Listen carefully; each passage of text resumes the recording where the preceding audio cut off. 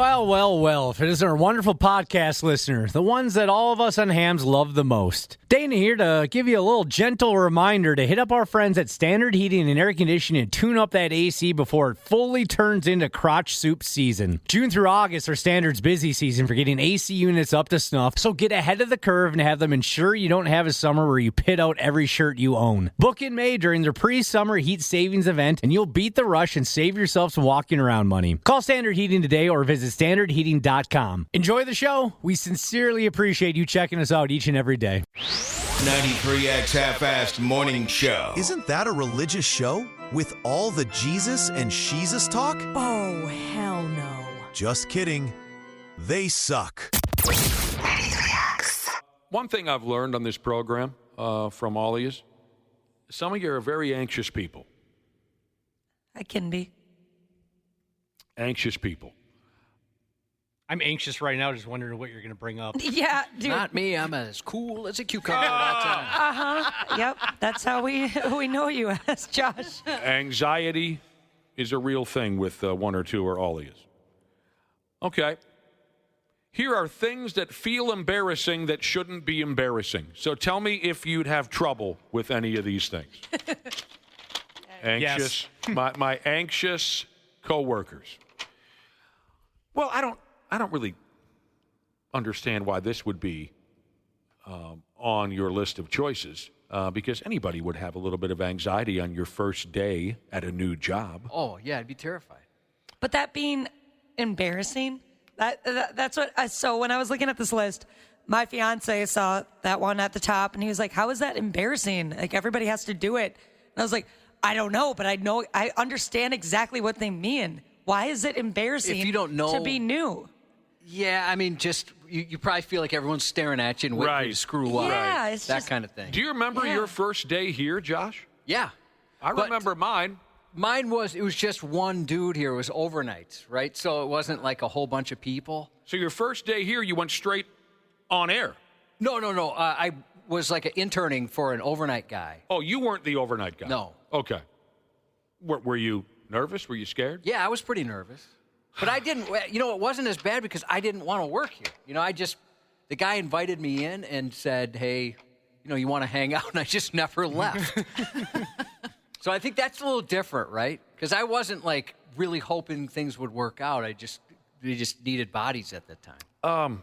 I remember my first day at this here radio station. My first day, I didn't do much. I just kind of sat and observed. Same here. The morning show at the time because I was hired to be, as I've shared many times, I was hired to be the new character on the morning show with prank calls and character voices, and that was going to be my role. Now, day one, I just sat and watched. Day two, I don't think I had even sat down yet, and they drugged me on air. My very first gig was going to be that morning. They were going to send me out on the street to do this or that.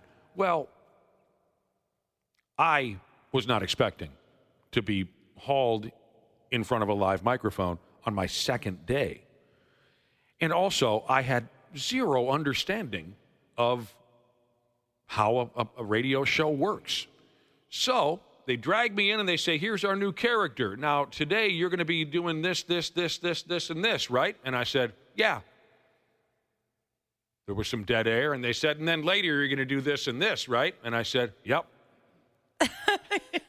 And they started laughing and said, we'll be right back. And I had no idea. And once we went off air, they said, what the hell was that? I said, what the hell was what? And they said, well, we were looking for you to, elaborate a little bit. And I said, I don't know what the hell I'm doing here. Christ almighty, I've been here twice. So that was kind of embarrassing because it never dawned on me that they were expecting much out of me. And when I gave them 2 one-word answers, they laughed in my face. You guys kind of did the same thing to me. I think it was... We've thrown a lot of folks into the whole trial by fire type thing. Yeah. I never expected to even speak on air. I was just going to write you guys the traffic report and do, I don't know, just small little things on the side, get you water. And maybe like 2-3 days in, you guys threw me on the mic. And I remember I didn't think that you could, turn your head away right. and clear your throat or cough. Right. And so On air, I Were you all probably full of sounded phlegm? like a 60-year-old smoker. Just, hi, my name is Ashley.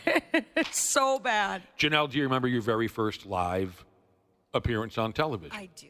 Yeah. Yeah. How did it go? No, I mean, I wouldn't want to watch it again. Yeah. We would, though.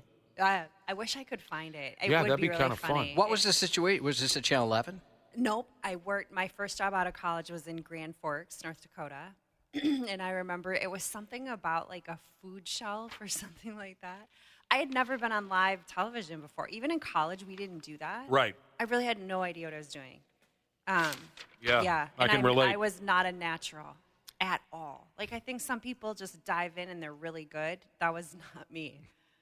I needed some practice. You're right. There's some people that just from the get-go, Yeah. they're great. Yeah. I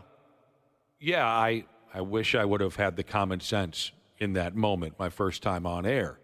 I should have had some idea that they wanted me to, establish myself a little bit more, but I was completely clueless. After I understood that, I think I had little trouble with it. But your first day on a new job makes this is in this conversation about things that feel embarrassing that shouldn't be embarrassing. Having your windshield wipers on high. I remember this before. I remember talking about this, and I did not understand how that could be a nerve-wracking, embarrassing experience. But I think, Josh, you told me something or another. I can't remember. There's something about you've experienced windshield wiper anxiety. Windshield wiper? I don't know if I did. Maybe it was somebody else. I have, definitely. Okay, Yeah, was it you? Someone said if you have yours on high and other people do not, you feel like the wimp of the group or something Yep, like that. absolutely. Okay. Maybe it was considered Ashley. that. It wasn't you. I look at other people's cars and I'm like, what? Why aren't you going as fast as I am? Yeah. Yeah, mine just, I have automatic ones now in my car. So they just do whatever they want. What? I'm not going to argue with it. You don't have to flip a switch on your windshield wipers? Well, you have the same thing. It's just you put it on and it'll go. I thought you were saying that when it begins to rain, your windshield wipers just know to begin working. Correct. Those are cool. Really? Yeah. You've got it on your vehicle. I do? Yeah. My windshield wipers will begin when the rain does? Yeah. Without me pushing a button? You have rain sensing wipers. I on had yours. no idea. The anxiety is real around here. Some of you right here in this radio studio. These are things that feel embarrassing that shouldn't be embarrassing. Go ahead and tell me if you'd have trouble with any of these things. Tell me if you agree. Some of the entries are just so silly because you have no damn choice in the matter. Something that feels embarrassing that shouldn't be embarrassing, taking too long to turn out into traffic even though you can't go. Oh, yeah. Oh, I hate that feeling. I get that way. Absolutely. What are you going to do? Launch yourself into oncoming traffic? Well, I mean, sometimes Honestly, people yeah. just don't get it. Yeah. They don't understand, You feel like the guy behind you Oh, yeah. is pissed. That's good. Absolutely. Walking back from your turn bowling. Yep. I never know where to look or And what I don't to know do with what my hands. I don't know what kind of face to make. Let's say, God just granted me a strike. And what face do I make? I don't want to look like I'm bragging. I don't want to be too excited about it. Josh, I hate that move where you do get a strike, and for me, it's very rarely. But then you turn around, you're all excited, and everybody's looking at their phones or they're talking to each other, and nobody's even watching. Like, oh, all right, yeah, cool. Here's another one where you have no choice. So why feel embarrassed or anxious about this? Crossing the street, and there are cars, in the way. Yeah, I feel like such a nuisance. Having a hamster if you're over the age of 18 is embarrassing, according to this report. I don't know why that would be. I don't Yeah, know a lot of adult hamster owners. Yeah, I would be a little taken back by that. Oh, is that right? Yeah. That's a child. I would assume it's a sex thing at that point. Yeah, I don't know. I don't know the most likely demographic for hamsters. I guess I rarely ever see one in someone's home. I would imagine if they own one, they're just keeping it away from me. Jogging to a door makes people anxious. Yeah. Taking your garbage can out at the same time as your neighbor. I don't know. Then I there's do that. there's the That pressure to say hello, I guess. Yeah, that one wouldn't get me. I waited until the neighbor was done shoveling his driveway before I went and did mine the other day. Are you serious? I could understand that, Dana. Trying to open a public bathroom door when someone is already up in there. Yeah, that's embarrassing. I feel a little bit bad about, sorry to bother you, because I've been there 7 billion times on the other side of that friggin' door. Making your friends stop when you're on a road trip because you have to go to the bathroom. Yeah, I hate inconveniencing people like that, too. You shouldn't feel that way. You see... But sometimes people are jerks about it. Oh, dude, trust me, I know. I grew up, my circle of friends will quickly turn a road trip into a guilt trip. I grew up with sleep and bathroom Nazis. And what I mean by that is they make you feel bad if you have to poop or sleep beyond 6 a.m. They're sleep and bathroom Nazis. Paying cash and getting handed change back is embarrassing for some reason? Oh, yeah, I've had awkward moments with that where or like they hold their hand out and then you have to grab the change from their hand. Oh, yeah. Yeah, I know what you're talking about. Yeah, I'd rather just pay with my card. I don't understand. I just don't understand a lot of this. Janelle, you're a confident person. Have any of these so far struck a chord with you? No. No. Your stomach growling. I get embarrassed when that happens in here in the mornings when it's very quiet. We're all doing our work, and then my stomach just decides to interrupt. There's other noises your stomach makes that you should be more embarrassed about. Whatever. Telling the waiter they got your order wrong. You'll just eat the wrong meal, won't you, some of you? Oh, yeah, absolutely. Every time. I hate that. Yeah, I hate sending things back or asking. I'm not that picky. I mean, Same. if they get it wrong, maybe it kind of sucks, but I'll eat it. I will say, though, I never send my food back, but if my fiance's food is wrong, I'll say something. I don't know why. I care really? more about him You'll having speak a up good for meal. him, but not yourself. Yeah. You're a good woman, Ashley. I wonder if it's in a way how you grew up, because what was for supper was for supper. I mean, I couldn't question it at all. If I did, my dad would kick you out of the house. So I wonder if that's part of it, where it's like, they put this in front of me, I guess I'm going to eat it. The last two here are travel related. Oh, okay. I follow what they mean here. Putting your things in the bins at a concert or an airport before you go through the security gate, with the sensors and whatnot. You got to take your shoes off. You got to take your wallet out. You got to take the keys out, your can of chew, your pack of cigarettes, whatever, your wedding ring. Throwing all that. I suppose that is some of your most personal belongings all on display. I can understand. And then putting your luggage in the overhead compartment is an anxious, embarrassing thing for some people, because I suppose they think they're inconvenient. You got to make everyone wait for a second. Sometimes the thing doesn't fit, and you got to start over again. Yeah, and also, too, on an airplane, if you're sitting window and you got to go to the bathroom, I feel bad making these other people get up. Oh, going to the bathroom. Yeah, I like to choose the aisle seat for that reason. Yeah, me too, man. Going off to the bathroom. Suppose you can't avoid that, Janelle. You travel all the time. You probably know your way around an airplane bathroom pretty well. But I will say that is when I wouldn't want to inconvenience someone. Or if they're sleeping, that's always Just crawl right over them. Yeah. that. Crawl right over them. I'd rather pee my pants. Use their shoulder as leverage, as you're crawling across. Janelle, I can picture you being that very efficient traveler that can get through security. You have like an entire system and routine just down pat. Yep, pretty much. You know exactly what needs to go in the bins. You know all the rules. You don't need to be told what to do. It's true, Dana. I'll admit something embarrassing to everybody right here, right now. My wife tracks me. Yeah. Does she have a good reason to? Like on an app, you mean? Yeah. I've got that set I don't know up, too. I don't know what you call it. She grabbed my phone the other day and pressed some buttons, and now she can tell where I'm at all times. Yeah. The Find My iPhone app. Or Yeah, Track. I have 8 people on mine. Oh, Jesus. Yeah, me and my girlfriends, me and my fiance share our location. Are you and your wife tracked, Josh? Yeah. Dana, you and your soon-to-be wife tracked? No, No, not tracked. not tracked. Is that because you guys don't have the same kind of phone, though? Correctamundo. I don't use it very often other than just to see if she's on her way home or something like that. Yeah, that's what I use it for, like to try to figure out if I should start dinner. Yeah, Or if exactly. I have more time to nap. Yep. Yeah, she might have reason to suspect me. I mean, she's known me for a long time. She knows that I'm shady. But so she pulls this gimmick, and it's kind of funny because I forget about it, and then she'll call my phone, and she'll say, oh, you're at 394 and Ridgedale Drive, huh?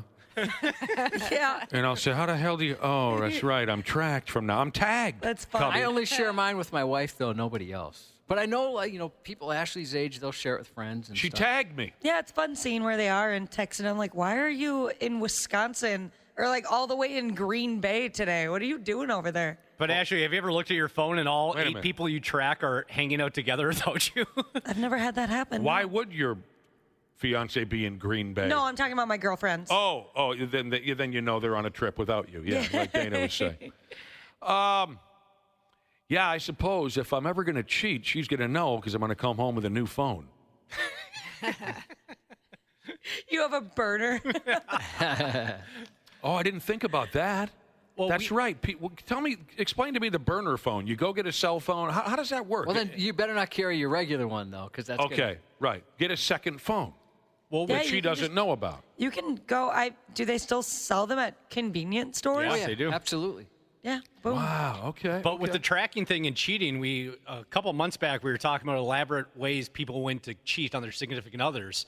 And one guy, he was being tracked by his wife, so he'd say, "Hey, hon, I'm going golfing with the boys today." He would drive to the golf course, park his car, take his phone out right. and hide it under a tree. Right. Go bang his mistress, and then a couple hours later go and pick up the phone. See, that would never work on me because one of my favorite pastimes is when my boyfriend's golfing or fiance's golfing. I like to look at his location and see if he's in like a dirt trap or a sand trap. It's that specific? Oh, so that wow, I didn't can realize make it's fun that of him. Specific, Ashley. I didn't know. Sometimes it can be. Sometimes it's a little iffy. But yeah, I love giving him crap. Like, wow, that was a terrible drive. I've been tagged, Cubby.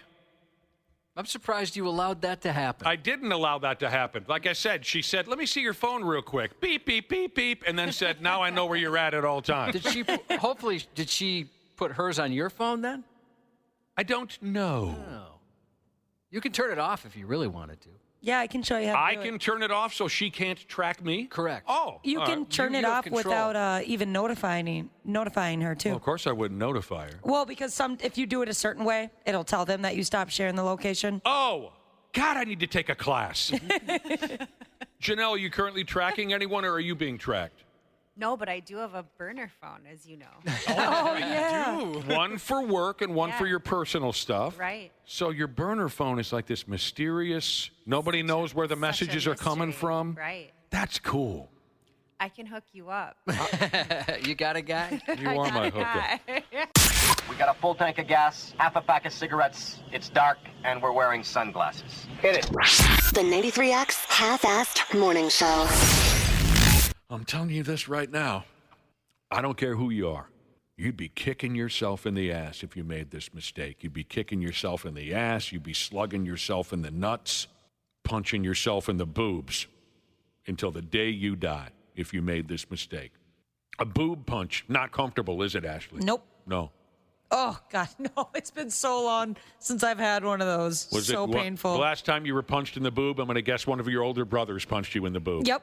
She's hanging on to them right now. Yeah. Sorry. No one's going to attack I them. didn't even notice I was doing that. Yeah, you're safe. It's like kind of like when you talk about hitting the nuts, Yeah. and sometimes you cross your legs Absolutely. to protect them. It's a subconscious reaction. She was just protecting them.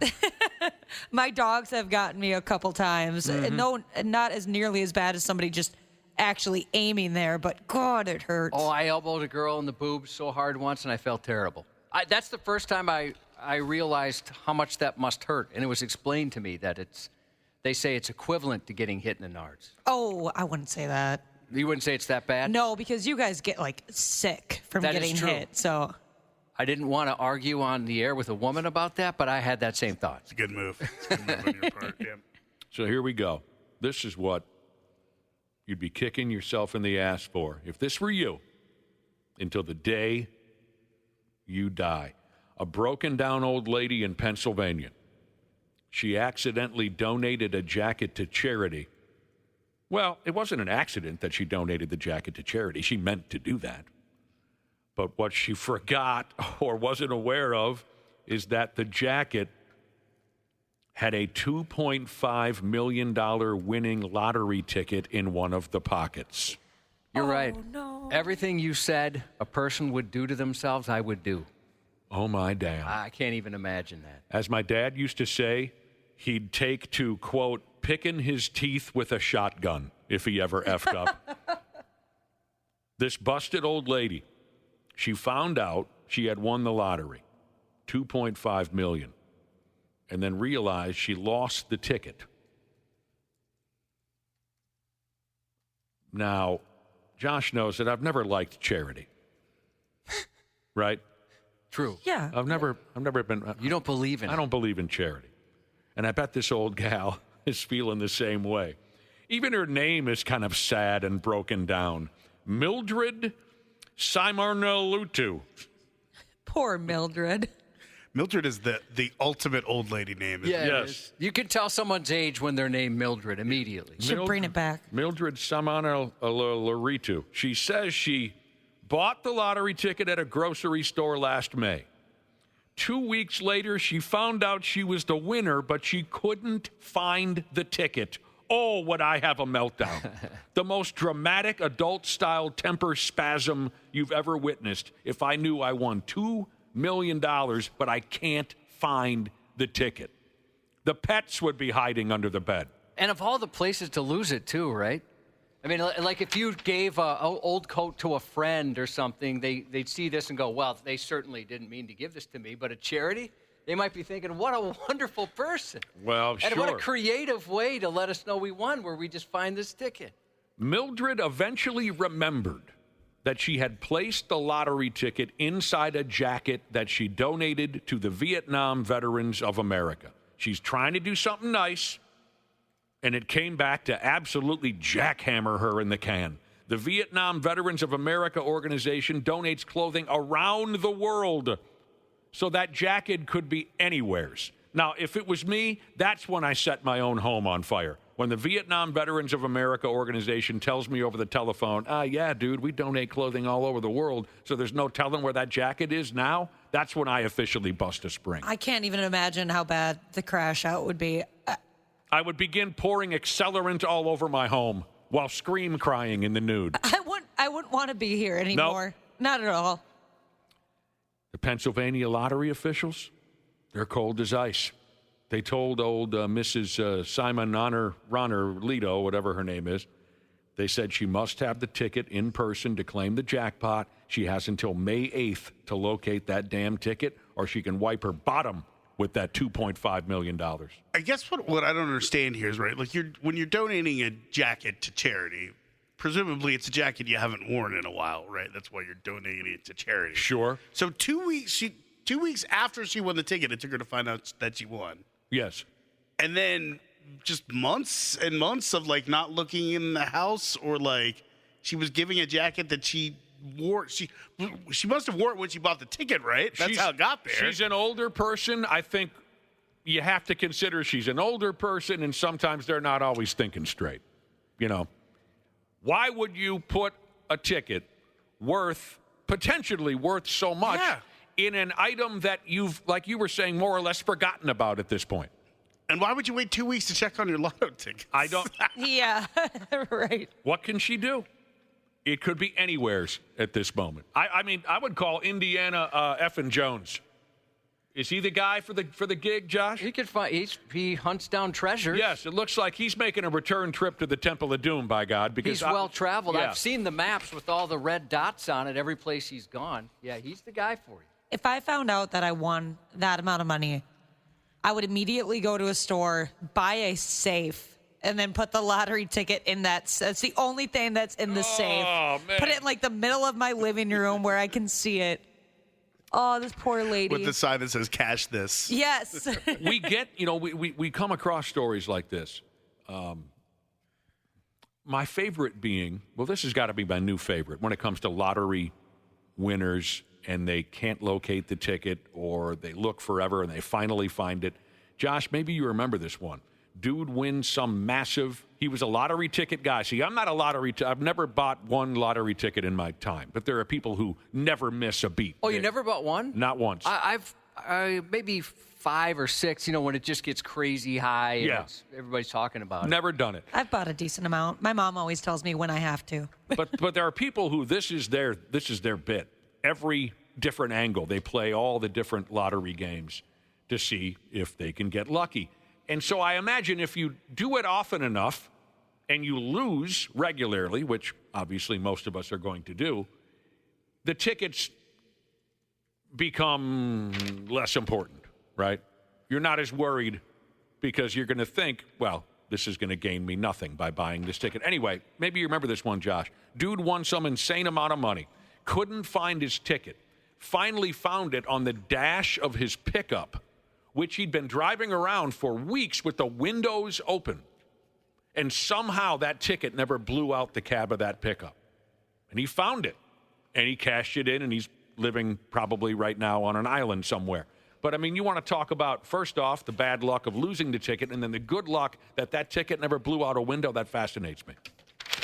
Do you recall that one, Josh? Yeah, absolutely. I also, just like you explained, I wouldn't rush to check my ticket, because especially when more and more people are buying them, right? The odds go down, right. I think I've been told. Yeah, I wouldn't rush, because I would assume, well, I definitely lost. I lost, yeah. But I would know where I left it, that's for sure. I would know exactly where that ticket You would was. always know.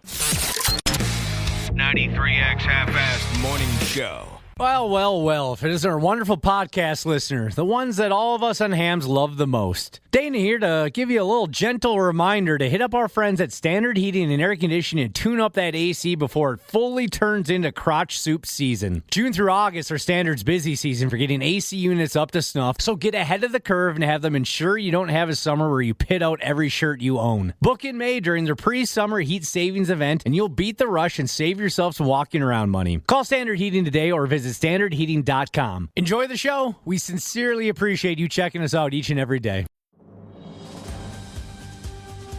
This episode brought to you by Progressive Insurance. Do you ever find yourself playing the budgeting game? Shifting a little money here, a little there, and hoping it all works out? Well, with the Name Your Price tool from Progressive, you can get a better budgeter and potentially lower your insurance bill too. You tell Progressive what you want to pay for car insurance, and they'll help find you options within your budget. Try it today at Progressive.com. Progressive Casualty Insurance Company and Affiliates. Price and coverage match limited by state law. Not available in all states. This is a mini meditation guided by Bombas. Repeat after me. I'm comfy. I'm cozy. I have 0 blisters on my toes. And that's because I wear Bombas, the softest socks, underwear, and t-shirts that give back. One purchased equals one donated. Now go to bombas.com/listen and use code LISTEN for 20% off your first purchase. That's bombas.com/listen and use code LISTEN at checkout. Half-Assed Morning Show. 93X. How many of us have done the Airbnb gimmick? Did I say that right? Airbnb? Yeah, Nailed it. I've have done that multiple times. Multiple? Never Yes. a once. Well, I don't travel, but I Right. don't think I'd even consider it just because, for no real reason other than I don't travel enough to think about it. But I do have, my sister-in-law owns a couple places where she does that. Oh, yeah? I've never been disappointed. Never been disappointed. Your sister-in-law sounds like a high roller. Well, no, she just, she's doing pretty good for herself, I guess. Yeah? Not like a high roller, but doing pretty good. Owns multiple properties that she rents out to suckers? Yeah, she has 2 extra properties. That's the life. And once there's like a big event in town, like the Super Bowl and stuff. She really rakes them over the coals. She made a killing. Yeah. Because her place is in Minneapolis. You want to spend the night at my place, huh? $50,000. Oh, it was crazy. I should Yeah. well, it's probably a rude question. But she did tell us at one point what she was renting it out for, and it was outrageous. She rakes all those football nut jobs over the coals. Any big event like that, they do real well. Ashley, multiple Airbnb trips. Dana, Airbnb. Yeah, plenty. I don't like them, though. I find it kind of weird. I tried it once or twice, and I also found it to be kind of weird. I'd I'd much rather stay in a hotel. Me too. You never thought it was weird? No, but I guess I always book, like, the whole place. So there's nobody else there. There's like... Well, yeah. Well, because sometimes you can book just a room Oh, in somebody's no. house. Oh, Jesus, Oh, God, no. I could never. Could you do that as a homeowner or somebody who's renting? Absolutely not. I don't even like staying at my friends' places at this point, like if they have a spare bedroom. I'm like, I'll just get a hotel. I've never heard of that. I didn't know people would Airbnb in that fashion where, hey, can I just stay in your basement for a couple of days? Yeah, it's so weird. While the homeowners are in the house? Yeah. Hell no. In your boxers making some cereal while... That's how you get stabbed to death. That's how you get molested. I don't know how those people make money because I would never, ever do that. My parents' best friends did a bed and breakfast way up north, and it was just like that, right? It was their house, and then they had a room that families would rent out, and No then they'd make chance. them breakfast and stuff. It was even weird with that being my parents' best friends. It still Yeah. felt kind of odd to me. Well, I got to get back to this Airbnb thing, but another side note. Hey, I understand there are certain times when you got to do what you got to do. When times are tough or the chips are down or whatever the cliche might be, I understand sometimes you just got to do what you got to do. But one thing I've never understood is people who will answer one of those roommates wanted ads where you split an apartment with a total stranger. Hey, I got this apartment. I need to split the rent with somebody. Any takers? And then a complete stranger will say, well, yeah, I'll live there with you. I could never do that. Again, I understand that sometimes you got to do what you got to do. A buddy of mine went through with that once. He needed a place to stay, found an ad in the paper where a guy said, look, I got this apartment. I need someone to split the rent with. My buddy agreed, and it turned into a horror movie. I would worry about that for sure. It was the guy who rented him the room was a friggin' maniac. Anyway. Yeah, because you're not... Your luck doesn't have it where it's going to be a lady that's in town for the Swedish bikini team finals and they just need to stay there for a month. That's not going to happen. No, it's usually going to be someone who's impossible to live with because they've gotten to the point now where they're asking strangers to move in with them. That's a good point. Local 34, Jesus said, just give me a hotel. I don't need some sicko watching me shower. That'd be my fear. Hey, somebody could be doing that at a hotel, too. Yeah, that's true. How many stories have we talked about? Yeah. It's never at a hotel, though.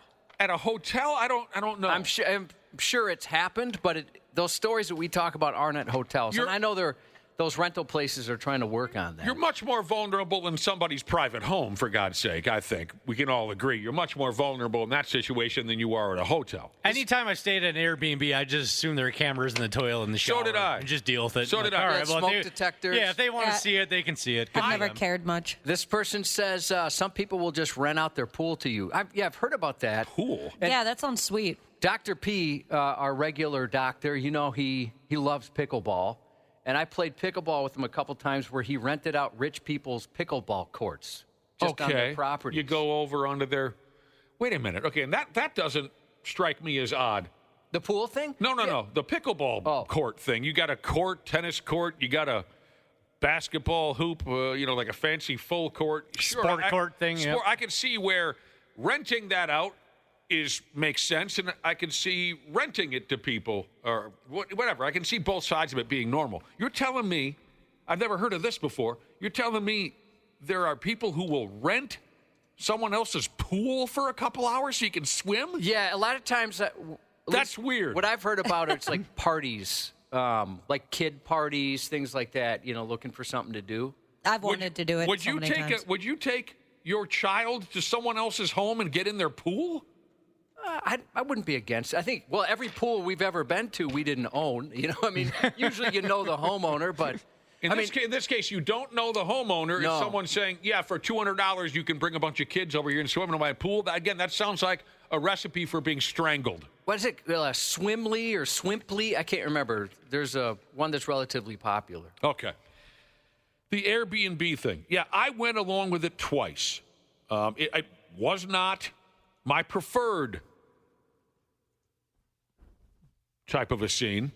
When I went along with it twice, talked into it by a significant other. Once, I think it was Milwaukee. Yeah. Oh, you want to know the other place I went and stayed in a B&B? How do you say it? Airbnb, Josh? Where? Howard Lake. Get out of town. Well, that'd be something. I did get out of town. I went to Howard Lake. Oh, yeah, that's not even around here. No. You did go on. Let me ask you something. How do you feel about this with Airbnbs? For me, the appeal would be something just like that. I mean, because certain resorts, regular folks own them. They own the unit, and then you rent them out. Yeah. Yep. I mean, that's similar. I know you have a resort that's running it and in charge of it, but to me, that's somewhat similar. The only time I've ever been very, cautious, worried, was when I rented an Airbnb off the Gunflint Trail, and I arrived at night, and so it was just pitch black and nothing but woods around me. I got a little weirded out then, because I thought, all right. And it was like a second house. I get it. It was a second house of theirs, so they were staying in the main house. Yeah. Now, so I knew they were on the property. They were masturbating while watching you. I met them the next day, and they seemed chill. Once. But yeah, I thought get this is it. It's dark out. I'm in the woods. Like this Dana was saying, the 2 times I Airbnb'd, I assumed I was being watched the entire time. I assumed I was being recorded. The joint in Milwaukee, what freaked me out right away, we walked in, this is kind of nice. It was just a little rambler or whatever, kind of a thing. Not the biggest place in the world.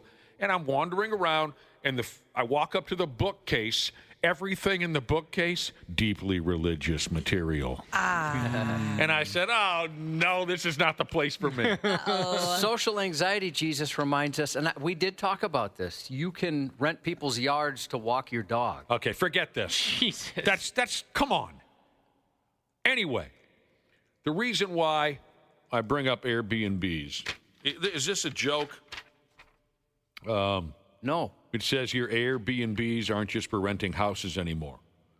The founder of the company, some character by the name of Brian Chesky, Brian Chesky, announced that they're adding new services. You can also, in the future, maybe it's happening right away now, I don't know. You'll also be able to rent celebrities. So 651-989-9393. Text us. What celebrity would you like to rent, and what do you want to do with them? 651-98. Yes, I said it already. 9393. I tried to check out their new features last night, and I don't know if everybody else was trying to do the same thing, but I tried my laptop, both cell phones that are in the house, and nothing worked. I couldn't get on it, so I'm irritated. Let me give you a couple of examples. It says here, initial offerings with this rent a celebrity gimmick going on at Airbnb include a day playing football and eating barbecue with Kansas City Chiefs quarterback Patrick Mahomes. As long as he doesn't bring his family, that would be kind of cool, man. Speaking of his family, is he trying to pay for his dad's DWIs here? Why is he doing this? Maybe he's got a charity he's benefiting. Oh, that could be. That's a very good. Or is he a narcissist and just loves people falling all over him? Oh, I don't see a professional athlete being a narcissist, especially when you consider the people he surrounds himself with. Maybe it's a charity thing. That's a very good idea. I never would have considered that. Patrick Mahomes, he's as obnoxious and as horrible a person as he is. What he's done to us is unforgivable, Patrick Mahomes, over the last. But with everything he's got going for him, he's signing up to be a rent-a-celebrity? That is so strange to me. I would just make him play catch with me for hours. Well, and that's kind of what you do. That, and he makes you barbecue. Oh, I would make him, if in fact you can just make him do whatever you want him to do, depending on how much money you spend, I would make him as uncomfortable as possible. Just be awkward all day. Oh, I would try to make him so. Anyway, they also use Megan Thee Stallion as an example. She's a singer. There's a huge difference between those two, but yeah, she's a singer. You can spend She's the day. never won a Super Bowl. You're right, Ashley. That's like an A-lister versus, I don't know, she'd probably be in the Z category. Oh, really? I thought she was kind of popular. So what celebrity would you like to rent? And that can't be it. You got to tell us more. What celebrity would you like to rent, and what do you want to do with them? I just found out that Charlie Day, that he golfs sometimes, so I would like to rent Charlie Day and drink and golf with him all day. That'd be a fun hang. Which one is he? What does he do? You love Charlie Day. Yeah, you're a huge fan. He's the one that talks like this. Yeah, he screams. Well, give me a movie. Horrible Bosses. He was the guy that Jennifer Aniston wanted to have sex with. I want to choke that guy. Yeah. Oh, that would be a dream come true. Or maybe Seth Rogen. Could smoke weed with Seth Rogen. Yeah, sure. Sylvester Stallone would be my answer. Wow. I mean, there's plenty of ones I'd be interested in, but what do you want to do with them? I just want to hang with them. Just look. You got to come up with something to do with them. Maybe get a boxing lesson. That's a good idea. That'd be great. You know, I'd let Stallone punch me in the face. Oh, I'd love to beat some meat with them. You know, you know what I'm talking about? Frozen meat somewhere like you did in Rocky IV. I want to laugh the whole time. I just want them to make me laugh. I can't friggin' believe this. I mean, this is like, what do they call that? Cameo? I'm sorry? Cameo? Is that what Yeah, you're thinking? Yeah, cameo, except you get to hang with them. I can't even imagine this. I mean, there's no normal person's going to be able to hang out with Patrick Mahomes. I mean, this is going to be a billionaire that's going to. Oh, you think it's going to be yeah. way too much money for the average person? Absolutely. 100%. Oh, okay. I should have assumed folks that. like us are never going to be able to do something. Oh. I can barely afford an Airbnb, let alone the package that includes hanging out with Patrick Mahomes. All right, I did not. MVP B&B. Yeah. That's a hell of a deal. Rent a damn celebrity. They also mentioned someone here named Sabrina Carpenter. I've never heard of her, but Oh, she's a pop star. She's very popular right now. She's a very cute little thing. you friggin' hand over some money, and that friggin' Muppet Patrick Mahomes is on your property. No, I think you go someplace. Oh, well, whatever. Yeah. Yeah, you go to wherever he is, and he makes right. you barbecue, and he gives you some football. Let you play ball with him, Yeah. Hit him in the friggin' nuts if I get the chance. Let's go Tanya Harding You just on him. tackle him the whole time. Oh, I'd like to ruin the Chiefs season. I would. Something like that. That'd be a hell of a way to end up in the papers, right? You spent $5 million to beat up Patrick Mahomes. As they're leading you away in cuffs, you say it's worth it? Chiefs. Mahomes out for season. Drunken, over-the-hill Minnesotan to blame. And they got a still photograph of me standing on his nuts. Coors Light in your hand. That's a hell of a... Yeah, I never felt comfortable in those Airbnbs. I always assumed 24/7 some guy's whacking it while watching whatever we're doing in the damn thing. Absolutely. Especially, well, there's one I stayed in New York where it was an apartment that we rented as an Airbnb, and the woman was there, and when we got there, and she gives us a spare key, and she goes, yeah, I'll just be down the hall at my boyfriend's place. Oh. So it's like, oh, so you're going to be right down the hall, and you have keys to this place at all times. Oh. And then you walk around and you see like their family photos and stuff. It's just very kind of unsettling to me. Yeah, I've never stayed in, I guess, it's always been like their second house or something they've created on their property. I've never stayed in somebody's actual family home. So you have been watched. You're staying on their property while they're in an adjoining building. Yeah. You have been watched. I do try to like pick people that seem safe. So there's like a category on Airbnb called super hosts, and those people have really good reviews, and they're supposed to like, I guess, be better people. Josh overall. had a neighbor that seemed safe back when you were living in Milwaukee. What was his name? Jeff? Yeah, Jeff. Oh my gosh! Well, stop. he went by Jeffrey. He went by the full name. He went by the full name? Yeah, Jeffrey. Oh, that was a sign right there. I usually pick women too. No offense Me too. to the men out there, but I've been doing that my whole life. I'm on a spectrum. I mean, I could whatever you throw. Either at me. way. yeah, I'm not picky. Josh is Who am I? he'll go one way, he'll go the other. Who am I? What about? So I thought the appeal, kind of Airbnb, aside from the location, was in some cases you get to see how the better half live. Right, you rent a house. Mm-hmm. Oh, I didn't consider that either. yeah, you can rent a house with like a pool table, hot tub, that kind of stuff. Yeah, with like a bar in the basement or some video games. Oh, we always pick just the cheapest joint. Or they have the cool, unique ones where you can rent like an yurt or a yurt. Is that what it's called? A yurt? Yeah. I always stuff thought that. some of those fancy tree houses would be kind of cool. What in the Yeah, heck? Oh, hang on, you got to take Isn't there a boat here? Like a guy has a pirate ship or something like that on the St. Croix? I Oh, thought there that was sounds right. somebody here that had something. Can you tell why I'm looking at you? You don't know what a yurt is? Yeah. It's like a tent. It's like a glamping tent, I guess. Oh, no thanks. They look pretty cool. There was a hotel. Or not a hotel, I guess. Maybe a resort would be the better way to put it. In Montana, I think it was, that you can rent covered wagons. Remember I showed you that, Nick? Yeah. They were kind of like you said, glamping, fancy covered wagons, and their wagons are circled around a big campfire. And the place we went called The Verb in Boston. We just got back from. It was like a rock and roll themed hotel, and they had tour buses you could stay in. Oh, that's cool. Yeah. I almost rented one of those wagons when I went to Utah, Josh, but oddly enough, it was cheaper to get something with 4 sturdy walls. Yeah, so maybe that's the one then. I can't remember exactly where it was, but I was looking kind of for unique experiences like that, and it was cheaper to stay in the actual hotel. Some of that stuff sounds fun, but a lot of it, I'm not comfortable with it. There's an Airbnb in Minnesota that's really popular. My wife went there for her bachelor party called Grandpa's Pool House, and it's got a pool inside. Have you seen the movie Boogie Nights? No. Yeah, about 15 times. Yeah, okay, so it's kind of like, it's modeled after something like that 70s decor. Oh, yeah. It's got a pool inside. It's got, it's just completely just pimped out and really, really cool looking place. And it's rented out for like a year. You can't get it, and you got to book like a year in advance. And yeah, that place looked really cool, Dana. what's his name's wife is getting banged in the back room. What's the red-haired actor that came to town recently? William H. Macy. William H. Macy's wife is getting banged in the back room there, but every time. And he walks in and she goes, "Excuse me, I'm banging some other guy. Do you want to get the hell out of here?" I love Boogie Nights. That's one of my favorite. How the hell have you not seen Boogie Nights? Is it like about porn or something Yes, like it's that? about porn.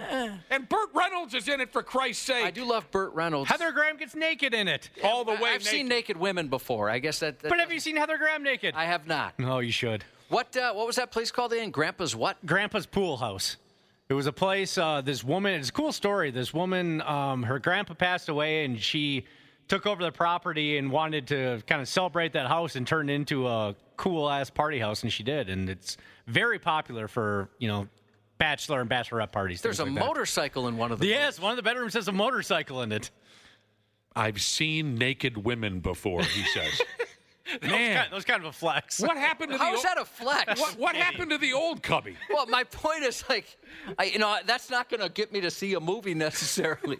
I miss the old cubby. I mean, if it was like a neighbor or something like that, but it's like, oh, well, weird, a celebrity nude somewhere? I missed the, remember the old cubby, the old cubby ran with me, ran through the office as fast as we could one day so we could watch one of our female coworkers eat a banana. Yeah, again, that's... And you fast forward now, he says, "Hey, I've seen naked women before. I don't need to see Heather Graham." And come on, cubby. I like the new job. Come back to me. What, I just Googled Heather Graham naked. You'd be surprised. There's a bunch of photos on there. Unbelievable. But when you're 16 and you see it for the first time, I guess that probably hits different. Hey, I'm not ripping you. I just thought that was funny that's how you were trying to get me to see a movie instead of, it's a great movie. How about this? When Mark you're Wahlberg- 27 and you see it for the first time, it's pretty cool, too. Who have you waited in line for to get their autograph or maybe a picture? Is that as common as it used to be? Probably not, because now folks can just go online and become followers or online friends with famous people. Well, I think it still happens quite a bit. Yeah, with the Comic-Cons and stuff? Yeah, Mall of America certainly has a lot of events. Joe Satriani, for me, I waited, a guitar player, legendary guitar player, if you're not familiar. I waited, I think, 2 hours to meet Joe Satriani, and it was worth every minute just to spend 30 seconds with the guy. Text in if you've waited in line to meet a, quote, famous person, unquote, and get their autograph. Who was it? Fest? Who was it you were waiting on? I'm sorry? Twins Fest. Been to plenty of Twins Fest. And you waited in line for autographs? Yeah, I mean, mostly with my kids. But, young people? Yeah. Joe Satriani. Yeah, I mean, I suppose I had forgotten about things like Comic-Con. Sure, that's a big thing. Folks will wait all day long to meet the dude who played Jason in Friday the 13th and things like that. You know why I think it's not top of mind for you? Because a lot of the folks now are like influencers and stuff like that. Oh. I know at the mall, there was one day it was packed, absolutely packed at the Rotunda. And there was a woman there, or a young lady who they had her picture up, everything. Hey, she's going to be here at this time. It was packed. There was people circling all the floors just to look down at this person. And I had to ask my kids who this was, and it was some like TikTok star or Instagram star or something like that I've never heard of. I wonder who it was. We would do it as kids. The ones that I remember, and I'm sure there are some that I forgot. Not that it was a regular thing for us, but in the 80s, I think there was always someone at a record shop or at the mall giving out autographs. The ones I remember, 80s rock band Brittany Fox. We've spent time reminiscing about that act. Really? You waited in line to meet them somewhere? Yeah. I'm not disrespecting them. I'm just surprised to hear that. They made an appearance at a record shop, I think, when their album hit it big. I was an 11th grader at the time when their album hit it big. And yes, Josh, I waited in that line, long line of maybe 11 people. Really, when we went over, this was also at Ridgedale, if I'm not mistaken. When I was an 11th grade kid, Brittany Fox album was selling quite well. So they made an appearance at the local record shop at Ridgedale. And I remember when we walked into the mall thinking it would be like what I see on music videos where just there was maybe 10 or 11 people. And so they were desperate to, I guess, kill the boredom because not only did they sign anything we wanted them to sign, but they wanted to talk and talk and talk just because they knew, Christ, we're stuck here for 4 hours and nobody showed up. So they're suddenly asking us questions about us, and I was a little thrown by that. You know, you guys are big shots. You're big rock stars. What are you asking me about me for? Well, now I get it. They were just trying to make the time go by. Kiss, I waited in line to meet Kiss more than once. And then the other one that I can remember that I've told you guys about, maybe when I was about a 7th grader, I waited in line at Wayzata Boat Works to meet Hulk Hogan, Brutus the Barber Beefcake, and Mean Gene Okerlund. That's cool. Those are the ones I can remember. A lot of texts coming in. My all-time favorite that I waited in line for were the band members of A Day to Remember, who have a new album out, by the way. It's really good. But I was really sad because their lead singer wasn't there, Jeremy McKinnon. I was so pumped to meet him, and then I got up there and I was like, wait a minute. Where's the main guy? Sometimes, and you've learned now that that's how it works. Oh, I've had that happen a couple times. 8 times out of 10. And it's the worst when it's like back, like when we were at the Edge. We used to do a lot more of that kind of thing. You know, artists were more willing to do it. It seemed like, kind of to your point, Nick. And I had been a part of the, with the radio station, helping people kind of go meet them. And there was a couple times, big bands. Nobody but the one person, nobody really knew who it was, would show up from the band. And it was very disappointing to people. That was pretty terrible. Yeah, come on and meet Metallica. Well, we mean Jason and Kirk. Right. We mean Robert. Not even Kirk, maybe. Right, not even Kirk. Bon Jovi is here. Well, we mean David Bryan and Tico Torres and Alec Von Such. And, I almost got killed at one of those meet and greets, and this was at a home and garden show. That's not a place you want to die. I know. And I look over, and I'm like, oh, my gosh, that's Christopher Knight, Peter Brady, from the Brady Bunch. Sure. And I almost felt bad for the guy because there's no one there, and I couldn't believe it. I'm like, Peter Brady, that's awesome. I'd spend all day talking to him, if he would let me. Exactly. So I'm walking down this aisle, and he's straight in front of me just across the way, like basically across the intersection. So I go up, and I was like, oh, my gosh, Christopher Knight, and I could barely get out a sentence, and some guy comes and grabs me, like furious. I didn't realize there was a line on the other side where I couldn't see it. And the line was huge. I mean, people were for sure waiting an hour to meet Peter Brady. So for a second there, Peter Brady I thought I had free reign. And his security team thought you might have been a madman who was... They thought I was like a major a-hole. But from where I was, I mean, even my wife didn't see it. She's more observant than me. Didn't notice. No, it was the line was huge, and I missed it. Sir. I honestly thought... Everyone listening, I thought your aunt and mom, who I'd imagine were there, just like my mom and aunt probably were going to kill me right there at the Home and Garden Show, and that's no place to die. Wow, these are really interesting questions here. Questions isn't the word. These are really interesting answers that are being texted in by our listening audience. Answers to the question, who have you waited in line to meet, get an autograph with, get a picture with? Richard Petty and Dale Earnhardt. That's really awesome. sweet. Ric Flair. Shaquille O'Neal. Alice Cooper. Johnny Depp. Mark Hamill. Sam Elliott. Dang. Yeah, there's plenty of athletes coming in. One that, an oddball one here, not the person, but just one I wouldn't expect. Dweezil Zappa. Wow. Frank Zappa's kid, who is an incredible guitar player. Very well respected. Dweezil Zappa. I haven't thought about Dweezil Zappa in a long time. If you want to hear his work, I believe he plays all the guitar parts on actor Don Johnson's first solo record. He's done a lot of that kind of thing. Back in 1985. What was Don Johnson's hit single? Do you guys even know who I'm talking about when I say Don Johnson? Miami Vice? Miami Vice, Don Johnson. You'd know him if you saw him, Ashley, because he's still active.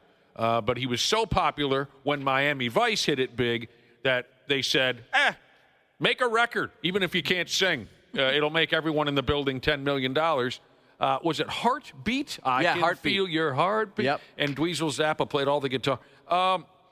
Here's a listener who waited in line to meet David Lee Roth at the Mirage. Awesome. I believe I was at that show. Get back to me. Was that when he wore nothing but bib overalls at the show and did no less than 75 bicycle kicks while he sang Just a Gigolo? Get back to me, because I'm fairly sure I was at that show around 1995. My senior year of high school, I think, I waited in line to meet Dream Theater, very talented band. Dream Theater. They were great. Okay, you didn't wait in line to meet my mom. No, but a lot of texts in that. And they're saying some foul things they did when they met her. That is not what happened. 2 hours to meet Gary Sinise. That'd be cool. Gary Sinise. Somebody said they met. I can picture him. Was he Captain Dan in the Forrest Gump trilogy? Nailed it. Horrible movie. Yeah, what do you say? Somebody said they only had to wait half hour to meet Shaq. That surprises me. Wow. I would have thought that would have been quite a bit more than that. Hayden Christensen from the Star Wars movies. He was just in town for the last Twin Cities Con, and that was very popular. Steve-O from the Butt Gang. Jackass. What were they called again? Jackass. I'd wait in line to meet Steve-O. Wow, these are really interesting. I love this kind of stuff. Kane from the WWE. And on from there. Cal Ripken Jr. Oh, yeah. Gary Sinise. What was the situation? Did they give the background on what he was doing? And maybe he had his own whiskey, maybe? He does a lot of charity events for wounded soldiers. Yeah, he's very passionate about. That was my guess. It was going to be part of his foundation, the Gary Sinise Foundation. He was a great bad guy in the Mel Gibson movie where Mel Gibson's son is abducted. And Ransom? Ransom. That was a great movie. He was evil. Yeah. Great bad guy, great actor. Seems like a funny guy, too. Oh, and he's got a heart of gold, it appears. Gwar. One of our listeners waited in line to meet Gwar. Cast of Super Troopers, that's Poop Pumpin' Jesus. Oh, I remember meeting those guys. A cool-looking dude. Many years ago. I refer to them as the cast of Beer Fest. You can call them whatever you want. Bill Nye. Why does that name ring a bell? Bill Nye, the Science Guy. That would make my heart so full. I think I was too old to get into him, because when people, your age, talk about Bill Nye, it's very positive. Well, he's a legend for a company. His program was very entertaining. But I think the biggest draw to Bill Nye was that when we got to watch Bill Nye in elementary school, that was like a nice treat. And they wheeled that TV in, and they just threw on a couple episodes of Bill Nye the Science Guy because the teacher had nothing else planned. That was a beautiful feeling. We always had a worksheet to go with it, so that was not a good feeling. Oh, bummer. You don't want to learn things. No. I never saw the guy, but I've heard it said out loud before. The question, again, is... To our listening audience, feel free to text us, 651-989-9393. Who have you waited in line to meet for an autograph or a picture? Wow, Walter Payton. Vanna White. Oh, really? Sweet. Who still works on television, does she not? She does. Oh, Nick, you'll appreciate What is she doing on TV? On that show, Wheel of Fortune. Yeah, I thought she retired. No, just say Jack. Okay. Oh, okay. So you're certain of that, Dana? Yeah. Because I'm fairly sure the television was on a few days ago, and it was on, what's the name of the show again? Wheel of Fortune. I don't know if I ever spent much time watching it. Yeah, Ryan Seacrest is the host, and Vanna's still She was doing still Vanna. there, and she's in her 70s. Got to be. I waited in line and met former Minnesota Wild defenseman Brent Burns, but I was waiting at a Potbelly sandwich shop in Woodbury, and he just happened to be there. Oh. By the way, he was wearing his own shirt. Oh, that's embarrassing. Wait a minute. What do you mean he's wearing his own? He was wearing his own. You know how like you can get a jersey? Not a jersey. Is that what they call it? A jersey? Jersey. It's just a T-shirt. No, he was not. Yes, he was. Are you sure that was him? 100%. Dude, he's not tough to miss. 100% sure. Maybe that's a way to get people to not think you are him. I don't know. Well, he had a coat on, but he showed me. You know, he's like, hey, this is embarrassing. So he even admitted it. I'm hoping he was coming from some type of like team event or community event. It could have been. It was, it was the middle of the day. Very well could be. Buddy of mine had a funny story about Brent Burns, a guy that used to work here. He was a promotions guy here years and years ago. He was at a bar after a Wild game, and Burns walks into this bar in St. Paul after a home game, and the crowd is all, ooh, right? And it's packed, and some bitches are 10 deep at the bar to get a drink. And Burns just butted in front of everybody and got his friggin' drink. And most folks are like, well, he is Brent Burns. Well, not this guy that used to work here. He's thinking, hey, dude, get in line with the rest of us, for Christ's sake. What, you're thirstier than the rest of us? So he was pissed. And Burnsy gets his drink, and he kind of stands in the corner, and everyone's coming over saying, hey, good game. Hey, Brent Burns, taking pictures and everything. And this former coworker, he was very patient, and he waited in that line as well to go. And he walks up and goes, dude, you're Brent Burns, right? And Burnsy goes, yeah, I am. And he goes, you suck. Wait in line like everybody else, for Christ's sake. I don't think I'd come off that hot in an NHL player. Oh, what's he gonna do? Choke you to death at the bar in front of everybody? I guess it's not 1980 anymore. But he said that Burns was just shocked that he would come off like that. I was waiting all night for a friggin' drink, then you walked in. I got to wait a little longer. And he walked away. I love hearing these stories, man. I love hearing these names. Nick, I waited in line at St. Cloud State my freshman year because here we go. Jim Craig was a guest speaker, and then stuck around, hung out afterwards, took pictures, and answered questions. Very, very nice guy. Jimmy Craig. Do you remember Pat Williams, part of the Vikings boat scandal? I remember the guy. When I lived in Eden Prairie, he cut in front of us at a Dairy Queen with about 30 other dudes that he was with. That would make me so mad. He was a line cutter? Well, yeah, him and his whole group. Who does he think he is? Brent Burns? Pat Burns? Leaf Garrett. Wow, one of our listeners waited in line to meet Leaf Garrett. Oh, Henry Winkler. Oh, that would be awesome. And he said, one of the nicest people I've ever met. Chicago Comic-Con. I'd imagine he sure comes across that way. I would wait in line for close to 24 hours to meet Henry Winkler. I've seen other actors talk about, asked who's the nicest celebrity you've ever met. Henry Winkler's name comes up quite a bit. Keanu Reeves, another one. Let me tell you something. The world, you'll feel it. The world is going to stop spinning for a second or two when Henry Winkler goes down. You'll friggin' feel it. You'll feel it. For people old enough to have watched Happy Days, Nick, did you ever try and use your elbow to turn on a jukebox or a light or something like Fonzie did? Absolutely. So did I. Absolutely. Hey. Oh, man, he was the best. In the 60s, I made love to many, many women, often outdoors, in the mud and the rain. And it's possible a man slipped in. Would be no way of knowing. The 93X Half-Assed Morning Show. 93X. A dude at a petting zoo in South Carolina was killed dead. He got his ass kicked by a damn kangaroo. Oh, no. It seems like those things are douchebags. Yeah, they are. Australian Jesus has told us some stories. Have you ever seen, with the huge packs of them? Yes. Maybe, I don't know if it's called a pack, but yeah, we were just like hundreds of them. Out in Wilmer. Are you serious? I couldn't believe it. No, they're kind of known for that. On video, sure. I've seen a mass amount of kangaroo cross a golf course once on a video. Yeah, I think that's the one I saw. Yeah, they're quick, and they appear to be very strong. They are so strong. So this poor guy, 52-year-old guy by the name of Eric Slate, got killed dead by a kangaroo. The petting zoo is owned by his brother, Robert Slate. I think Eric volunteered there or worked there. It says here, Eric checked out from, quote, multiple blunt force injuries. From the sounds of things, Eric liked to go he would go right on into the kangaroo pen there at the petting zoo and wrestle with the kangaroos. And by God, wallabies as well. He would hand fight wallabies and kangaroo. But on this particular day, a kangaroo by the name of Jack, come on, have some freaking creativity. A kangaroo by the name of Jack wasn't interested in effing off with this Eric guy. And Jack the kangaroo stomped a mud hole and then walked it dry. I guess we screwed up. D&D Jesus said, idiots. Kangaroos are from Canada, not Australia. Read a book. We got to read some damn... Read a book. There's no word in here on whether or not any little kids were watching when Jack the kangaroo pop-up power-bombed this dude to death.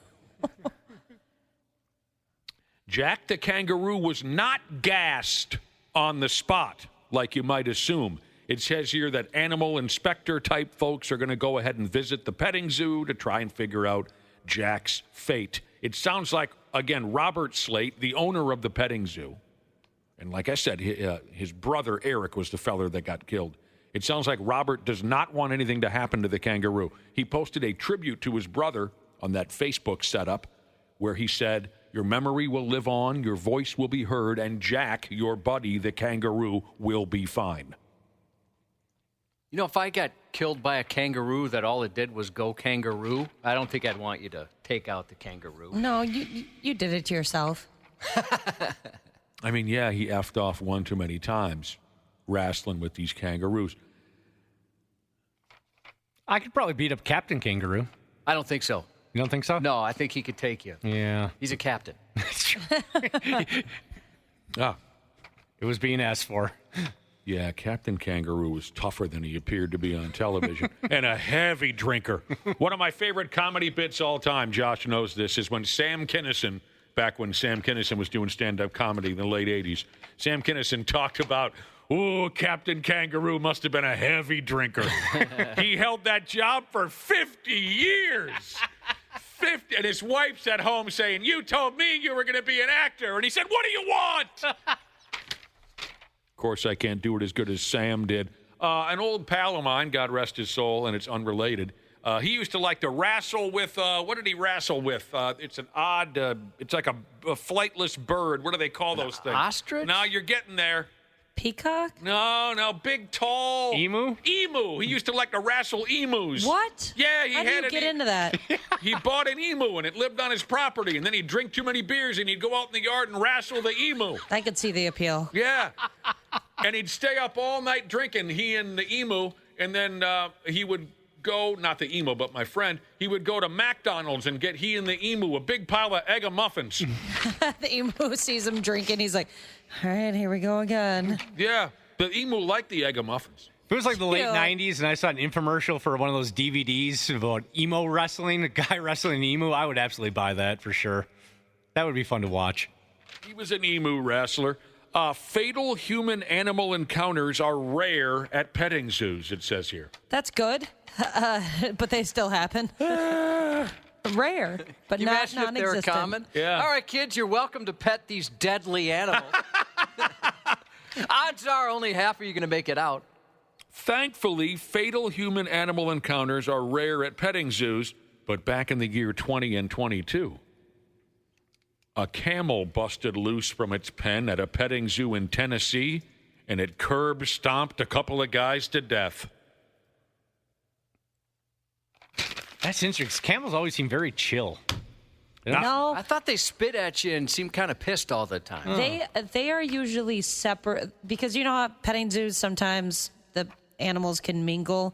The camels are usually off on their own in a certain pen, and they're like, hey, don't touch, make sure you feed with the spoon. Don't go near them don't get too close. Do you think the isolation of the camels makes them violent? I agree with Dana. I think most camels seem kind of chill except for one, the death metal camel. Oh, man. The 93X Half-Assed Morning Show.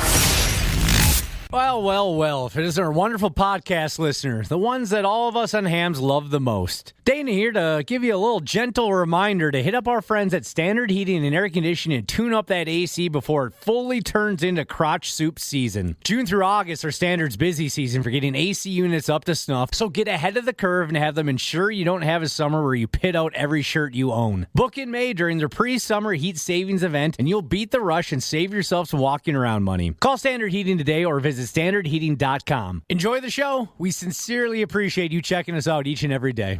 This episode is brought to you by Progressive Insurance. Do you ever think about switching insurance companies to see if you could save some cash? Progressive makes it easy. Just drop in some details about yourself and see if you're eligible to save money when you bundle your home and auto policies. The process only takes minutes, and it could mean hundreds more in your pocket. Visit Progressive.com after this episode to see if you could save. Progressive Casualty Insurance Company and Affiliates. Potential savings will vary. Not available in all states. Nightly Scroll with Haley Caronia. I'm Haley Caronia. I scroll with the homies here in the live chat, and I love my long scrolls on my phone at night. The show is literally called Nightly Scroll. My screen time has reached astronomical levels, but I do it to get all of the videos and all of the content that you won't find anywhere else. I don't want to be surrounded by an echo chamber, so I hope you join me. Someone just said the show is great. Keep it up. Thank you. I will. Nightly Scroll with Haley Caronia. Follow and listen on your favorite platform. Half-assed morning show. 93X. There used to be a lot more yelling in this building back in the day, wasn't there, Josh? Way more. Not really the case anymore. I don't know. It's just not the approach that people take anymore. But It's a different day and age. It is different. Things are very different. Yeah, you can't get away with that kind of stuff now. We could go down the line. Back really. then, it was insane. When I first started here, it was. I remember thinking, "Oh, this is what it's like." I had only had part-time jobs. I'm like, "Oh, this is what it's like in a full-time job, where everybody yells and swears at each other." There was a lot of yelling, a lot of swearing, These were the bosses. Yeah, a lot of intensity. Yeah. I've never worked at a job like that. Drama. What's the word you used? I forgot something. Which one I said. At the end. Rowing. Throwing. Yes, there were things, objects being thrown. Very different back then. And he's right. These were bosses acting like that. But it was funny. There was especially a few different dynamics that were running around here where there's two guys in particular. They would scream and yell at each other and F-bomb each other and everything. And then 2 seconds later, be like, "All right, man, I'll probably see you tomorrow." Yeah, same time? Okay. Yeah. Yeah. They'd kind of make up pretty quick. Some people not so much, but there was a couple in here that would happen. Very dramatic, ridiculous, a lot of the personalities. A lot of egos. It was kind of gross around here for a lot of years. We have a much smaller crowd filing into this building every day than 25 years ago, 30 years ago. That is a factor. The less folks involved, the less chances for problems, but it was a dramatic scene. A lot of it was wildly unnecessary. We have about a quarter the amount of people working here right now than when I started. Yeah. Someone asked Reddit to name the top jobs that require a high tolerance for being yelled at. A high tolerance for being yelled at. The trades have to be pretty high up on this list. No. That's the only job I've ever heard, like, growing up where the tensions are high. But, I mean, probably because my dad has been in that business his whole life, carpentry. And, yeah, I mean, he'd come home sometimes and talk about a fight him and the foreman got into, and I'm like, what is happening? That doesn't seem right. I can believe it. I can believe it to be true, but it is not mentioned anywheres in the top 10 jobs that require a high tolerance for being yelled at. I mean, any gig. I certainly have a high tolerance. I mean, I grew up with a dad that yelled constantly about absolutely everything. He blew up all the time, so I was used to it, and I can't say it didn't faze me, but I knew how to recover from it. So did you get yelled at back in those early days? All the time. About every I'm sorry, here in this building? Yeah. I'm sorry. Yeah. Oh, speaking no, of, I never did. Speaking about things used to be here in the building, I never got yelled at. But I certainly witnessed a lot of yelling matches. I was talked to rudely, but it was in a funny way. The hairdo thing. The hair thing, yeah. So I was running the board for the state fair, so there was somebody else on the air, and so I was just, pushing the buttons back at the station. And the program director at the time, total psycho, although he could be very hilarious. But more of a psycho. More of a psycho. Yeah. The hilarity didn't outweigh the psychoness. But he scheduled the wrong cut. Back then, like on the CDs, you could pick number 1, number 2, and it would have a different length of an intro. So he scheduled the shorter intro. Because, especially back then, the shorter the song, the better. They wanted to shorten it. They would take like a normal song, cut it in half. It was crazy. And so he scheduled the wrong one, and that's the one I played. And then the woman who was on the air talked all over the singing, which is like a big no-no in radio, right? Like people, for whatever reason, they freak out. Mm-hmm. And so he came in, and he was super pissed. He was yelling at me, and at the time I had bleach blonde hair, and he asked me if the hair dye went to my brain. And I got to say, that was one of the funnier moments working here. Just the way he yelled at me and asked if that was responsible for it. So I thought about saying, hey, douchebag, take a look at the log here. You're the one that scheduled the wrong song. But I was laughing so hard at that, I just let it go. Yeah, that guy hollered at you. Yeah, so that's the one time. As far as in other jobs when I landscape, the days that would be yelling the most were when we're laying like a concrete patio or something.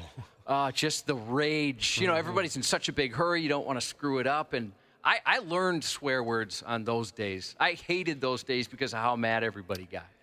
This list is interesting, and I'm trying to come up with a way to explain it. It's not so much the list of the jobs that require a high tolerance for being yelled at. It's not so much the kind of gig where you yell back and forth at each other. You and your coworkers yelling back. It's like clients yelling at you. It's more so, yes, professions where people are comfortable verbally berating them. Does that make any sense to you? A job that you go to and you expect to get yelled at by someone, not necessarily a coworker or a boss. Like customer service is on there. And that's right there, customer service. Especially, they say, if you work at a call center. I don't think I've ever made a telephone call to a call center. Oh, I'm sure you have. Like a customer service? You've never called, call your bank or bank something? or cable company? Nope. You haven't? That's No. crazy to me. What? No. Why would I ever call my bank? Like if you have... a lot of reasons. I don't know. Where do we start? I cannot think of one reason why I would ever call my bank. I've never called the bank in my life. I've Why had would my credit card number stolen. So that would be a good reason to call the bank. So you've never applied for a loan? Nope. A mortgage company? Nope. You had a question about it? No.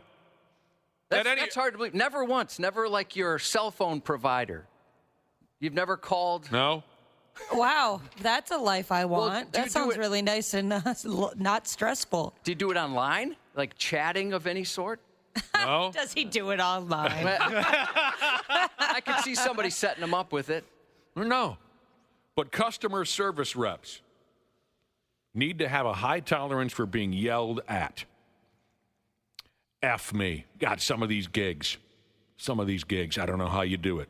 I applied for a job at a call center once, and I got the interview, and I walked out halfway through. It was one of those mass cattle call interviews, where they bring like 30 people in. They show you like an introductory video to the company and, the history of the company. Then they walk you into this room. There's these phones, and you have to pick up the phone, and you do a phone interview in this room with all these other people.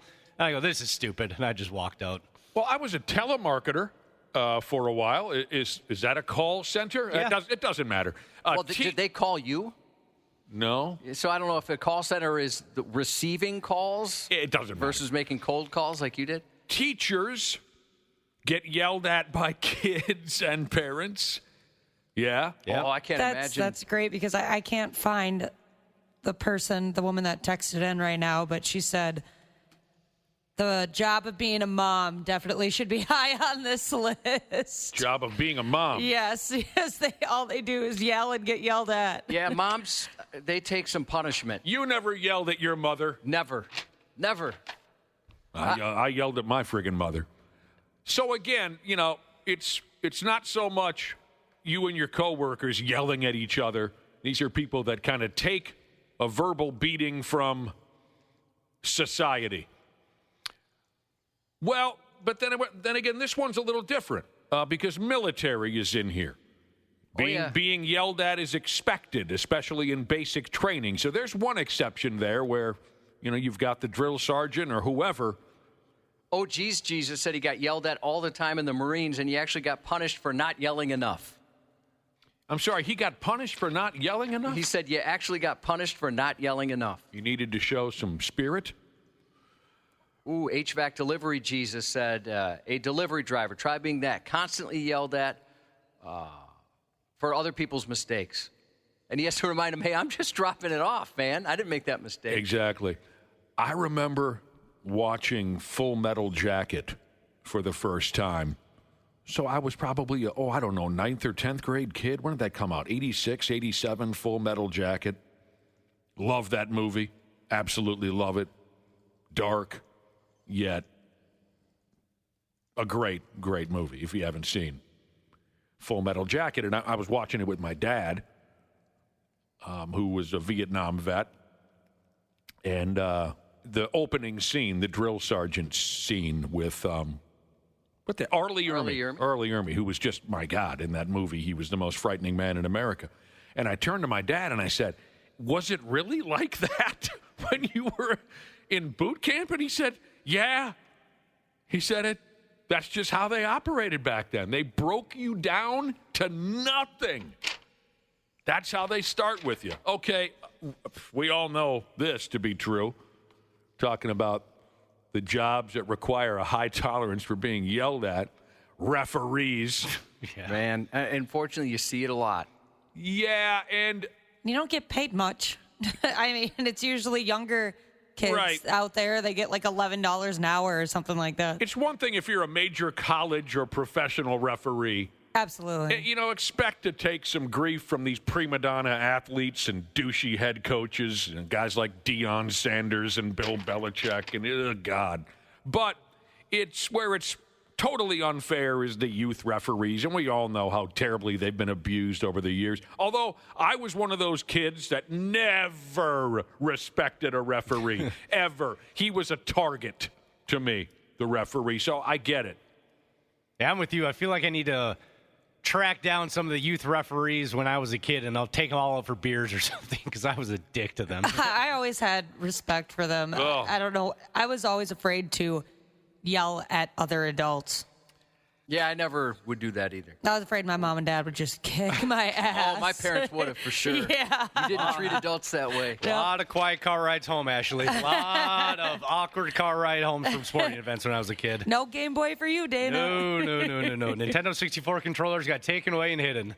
Corrections officer Jesus would like to join this conversation on jobs that require a high tolerance for being yelled at. He says, no one ever yells at me. It's all rainbows and unicorns over here.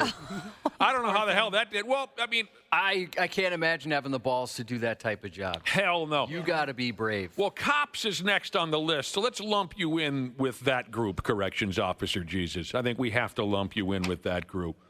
Oh, God, and still, I don't quite have the grand obsession I had with it a couple weeks ago, but I told you that a couple weeks ago I became obsessed with watching cop videos on YouTube where entitled douchebags just make the officer's life as impossible as can be. I've started to dwindle a little bit, Josh, but it is amazing when you see the way people operate around cops. You're not giving those people enough credit. You got to understand, they know the law better than the cops. They also are directly responsible for that cop's lifestyle because they pay the salary of that police officer. Oh, and they've got camera phones, because they just put it in their face. They put it right in the cop's face and yell at them from the get-go, immediately enraged. Damn near every one of these videos that I've watched, the entitled douche barrel fires up his cell phone as if they're the first to have that idea to record the I'm recording this, and every friggin' time, and the cop says, well, yes, so am I. Yeah. See, they point to their body cam like, we both are. They all think, hey, I'm going to be the one to record this interaction on myself. Every time. Or they got their friend on the phone. Yeah, hang on a sec. I'm talking to my friend. He knows a lawyer. Yeah, so they got me pulled over. Yeah, I hate that. I know they can't do that. Oh, I know they can't take me out of my car. Yes, they can. 9 times out of 10, when somebody says, I know my rights, they don't know their rights. They don't know anything. They don't understand it. All right, cops. Again, like I said a few minutes ago, some of these gigs, I don't know how the hell you do it. Healthcare workers, right? Because the new trend is to not believe at all in anything that doctors tell us, and it's all a scam, and it's all this and that, right? So healthcare workers get yelled at all the time. Rambling Jesus said paramedics, that patients can be dickbags. Yeah. Oh, jeez. I've obviously been to the doctor more than usual lately. Anyone in because of Hennepin carrying- County? because of being pregnant, and the most of it I see is people treating like the receptionist or the front desk person at the hospital like complete crap. Like they have anything to do with how fast you get seen.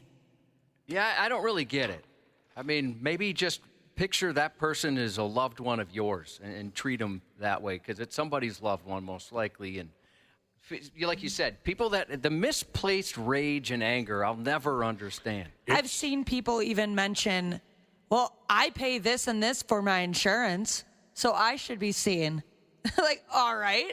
Other people need to see the doctor, too. Oh, you're the one with insurance. Oh, no way. Oh, I've been waiting to meet you. Let's compare insurance. You're the one who has insurance. Healthcare workers, I said that. Pharmacists.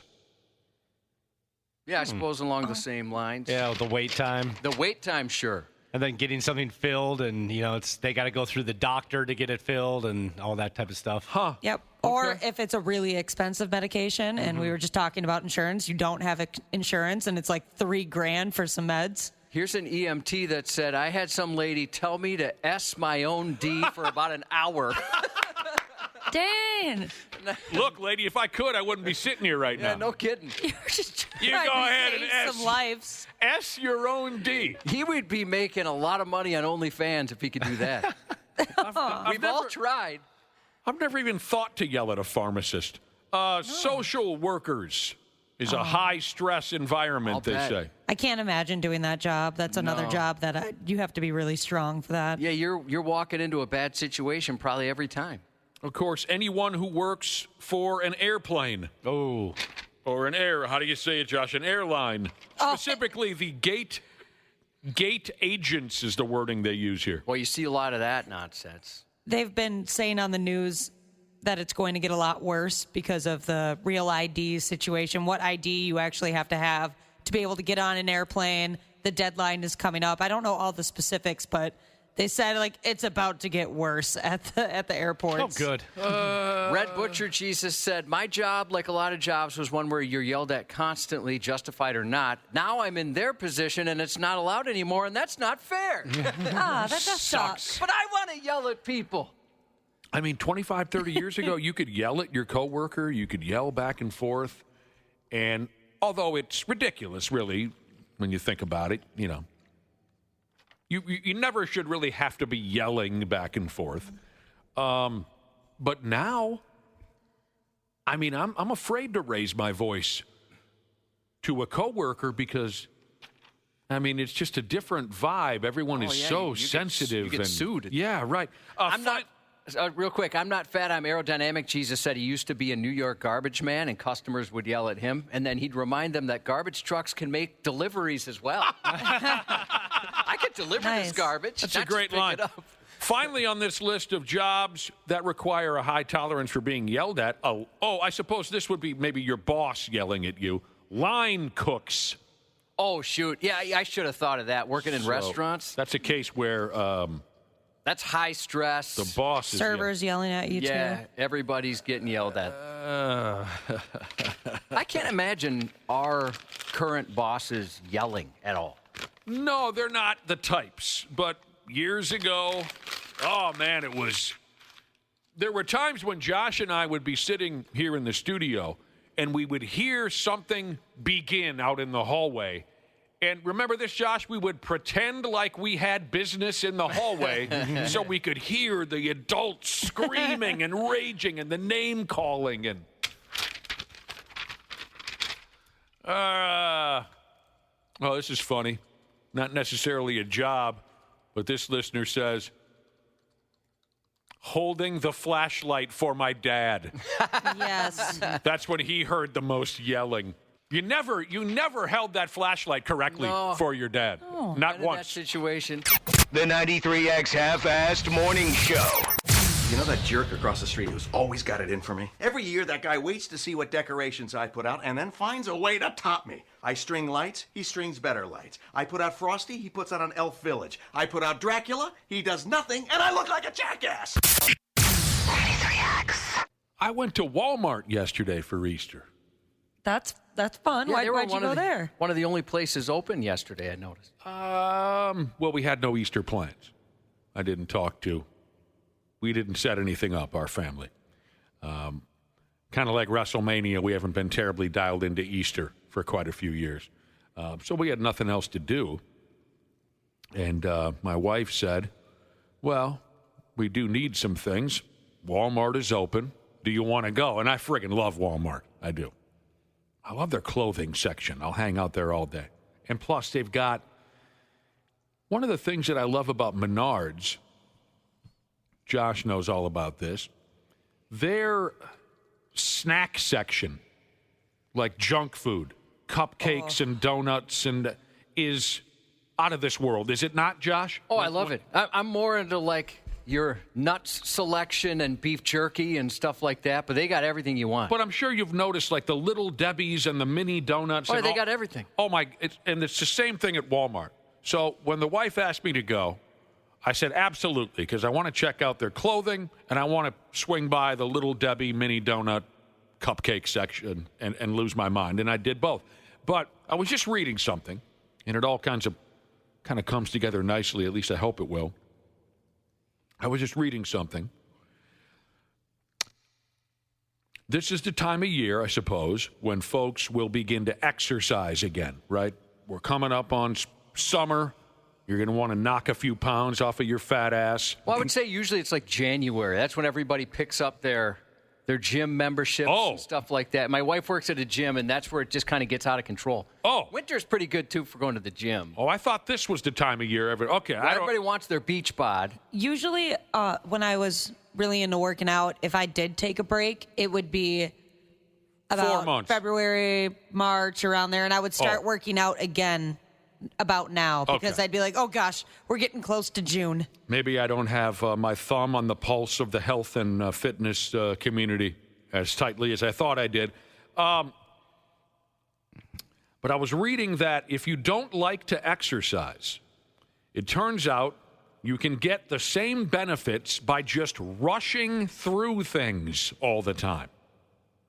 Average daily chores. You don't say. You just do them as fast as possible. Now, you're going to end up probably falling down a flight of stairs or electrocuting yourself or something, but they're basically saying, don't worry about going to the fancy schmancy gym. Don't worry about that goofy treadmill. Just do your daily activities as fast as possible, and you'll get the same health benefits. So where I'm going with this is maybe that's what a dude had in mind yesterday at Walmart.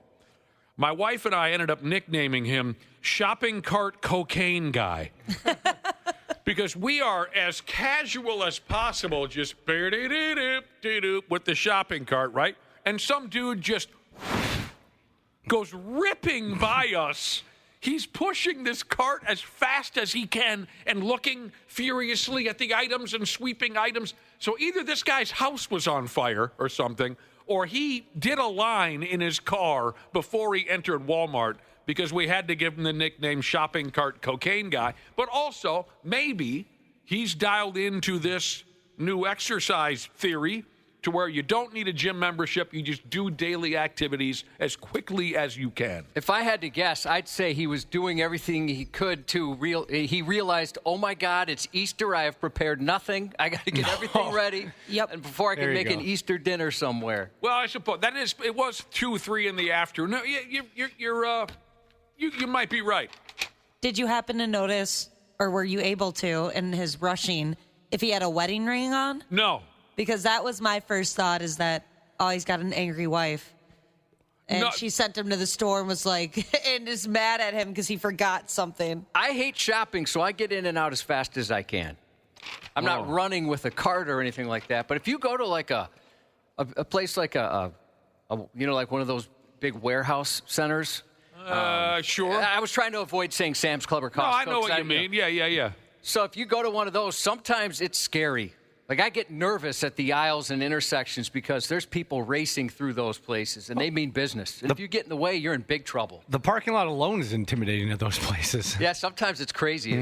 It's all worth it, though. Is Metallica in town? Why are there so many people in that parking lot? It's all worth it when you get that hot dog and that soda for $2 at the end, though. You can get that at the gas station, actually. Doesn't hit the same. I stay away from those joints. They're too busy. But I enjoy going to a Walmart or a Target or even just a grocery store. I've told you before that when this nightmare is over, if we're lucky enough, to continue until retirement age in this business, that's where I want to go when it's all said and done. I want to be that 20-hour-a-week old-timer at the grocery store. Maybe the greeter at Walmart, just saying hi to folks as they walk in and out? Whatever. I'd rather stay a little more. I don't like people enough for that. Sure. I'd rather be the old-timer that just stocks the shelves and whatnot, but I like the scene at the grocery store or at the neighborhood Walmart. So this is the thing now. If you're looking to get some exercise and you want to, I guess, keep it simple, you don't want to go to the gym, you don't want to buy the spandex shorts and look like a jag-off on the treadmill. You just do your daily chores quicker than a hiccup. And it all comes down to some kind of a study, of course. Now, people are texting in. This is a good point. I didn't consider this. It could be someone who works like at Instacart or one of those, like a shopper that actually works there. See, these are things that I completely forget. Shipped? Yeah, I have a couple friends that worked for Shipped. I forget about those gimmicks like Instacart. Someone else texted about food delivery man. What do they call that gimmick again? DoorDash? DoorDash, yeah. Yeah, those companies will do that. I bet you're right. That's probably what it was. That could be it. Shopping cart cocaine guy maybe was just food delivery guy. Most likely. You do more shopping than you ever did since you got married. You came in the other day and now I finally have someone to do it with because I enjoy it. You're talking about how much you loved the Galleria? Oh, yeah, I did. I was not expecting that morning. Early 2000s, Nick, that would if I brought that up, I'd be in some trouble. Oh, I don't know. I've always enjoyed walking around shopping malls and grocery stores and whatnot. So it says here, folks who did their daily minor tasks briskly saw the same kind of health benefits as your gym membership guy. But whatever. I mean, this is according to one study. Yeah, I was pleased to read this because I do things like that I do quickly. You do? I'm not racing around like it sounds like this guy was. Oh, he was going. But at a good clip. Want to get it over with. Oh, yeah? I'm the same way, Josh. Doing stuff around the house, same type of thing. But I've been trying to slow down lately because I rush too much, and sometimes like it just stresses me out how much I'm rushing, and I've been trying to work on just doing things a little bit slower, taking my time. There's no reason for me to rush. But you said to the grocery store like once a week? Yeah. Yeah, I try and load up as much as I possibly can, so that's like a monthly thing if possible. You don't like all that shopping and such. No. Listen to this. Again, like I said earlier, this might, if this, I'm not sure what kind of name they're giving this gimmick, where you just do your daily chores and your daily tasks as fast as possible, and you chalk it up to exercise. I don't know if it has a cute social media name yet, but I mentioned you might end up hurting yourself worse than you would at the gym. Listen to some of these recommended activities. Speed vacuuming. Just back and forth. Speed vacuuming. You get your upper body involved because you're going back, forth, back, forth. You end up probably killing the cat or Yeah, something. if you've got one of those big, heavy ones, too, Yeah. that could definitely be a good workout. You roll it over your own foot. Walking faster than normal when you take out the trash. That sounds like a good way. You'll hit a patch of ice, you know. Be careful with this kind of stuff. Yeah, I don't need to do extreme chores. I think I'll just kind of take my time on that. If that results in me not getting a six-pack, so be it. The only downside I can really think of is that if I'm cleaning, I usually like to do everything in one day. Like, I don't care if it takes me 5 hours. If I start it, it needs to get done. And so I'm only going to be doing that once a week. Should have seen me over the weekend, Ashley. You went to town? I was a cleaning machine. That's what we did over the weekend, too. Ooh, here's something I stay away from, though. One listener texted in about running up the stairs is a great way to get exercise. Nah, I race sketchy. the dogs up the stairs. You race the dogs? Anytime we go upstairs, I try and beat them. Oh. And even if I have a good lead, I never do. Really? Do they skip stairs?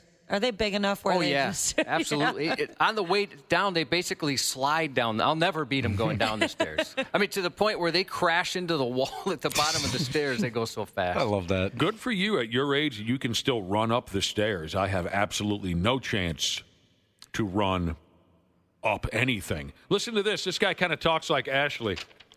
Check this out, Josh. Holler at me when he mentions something that grabs your attention. He says, running up the stairs is a great exercise, too.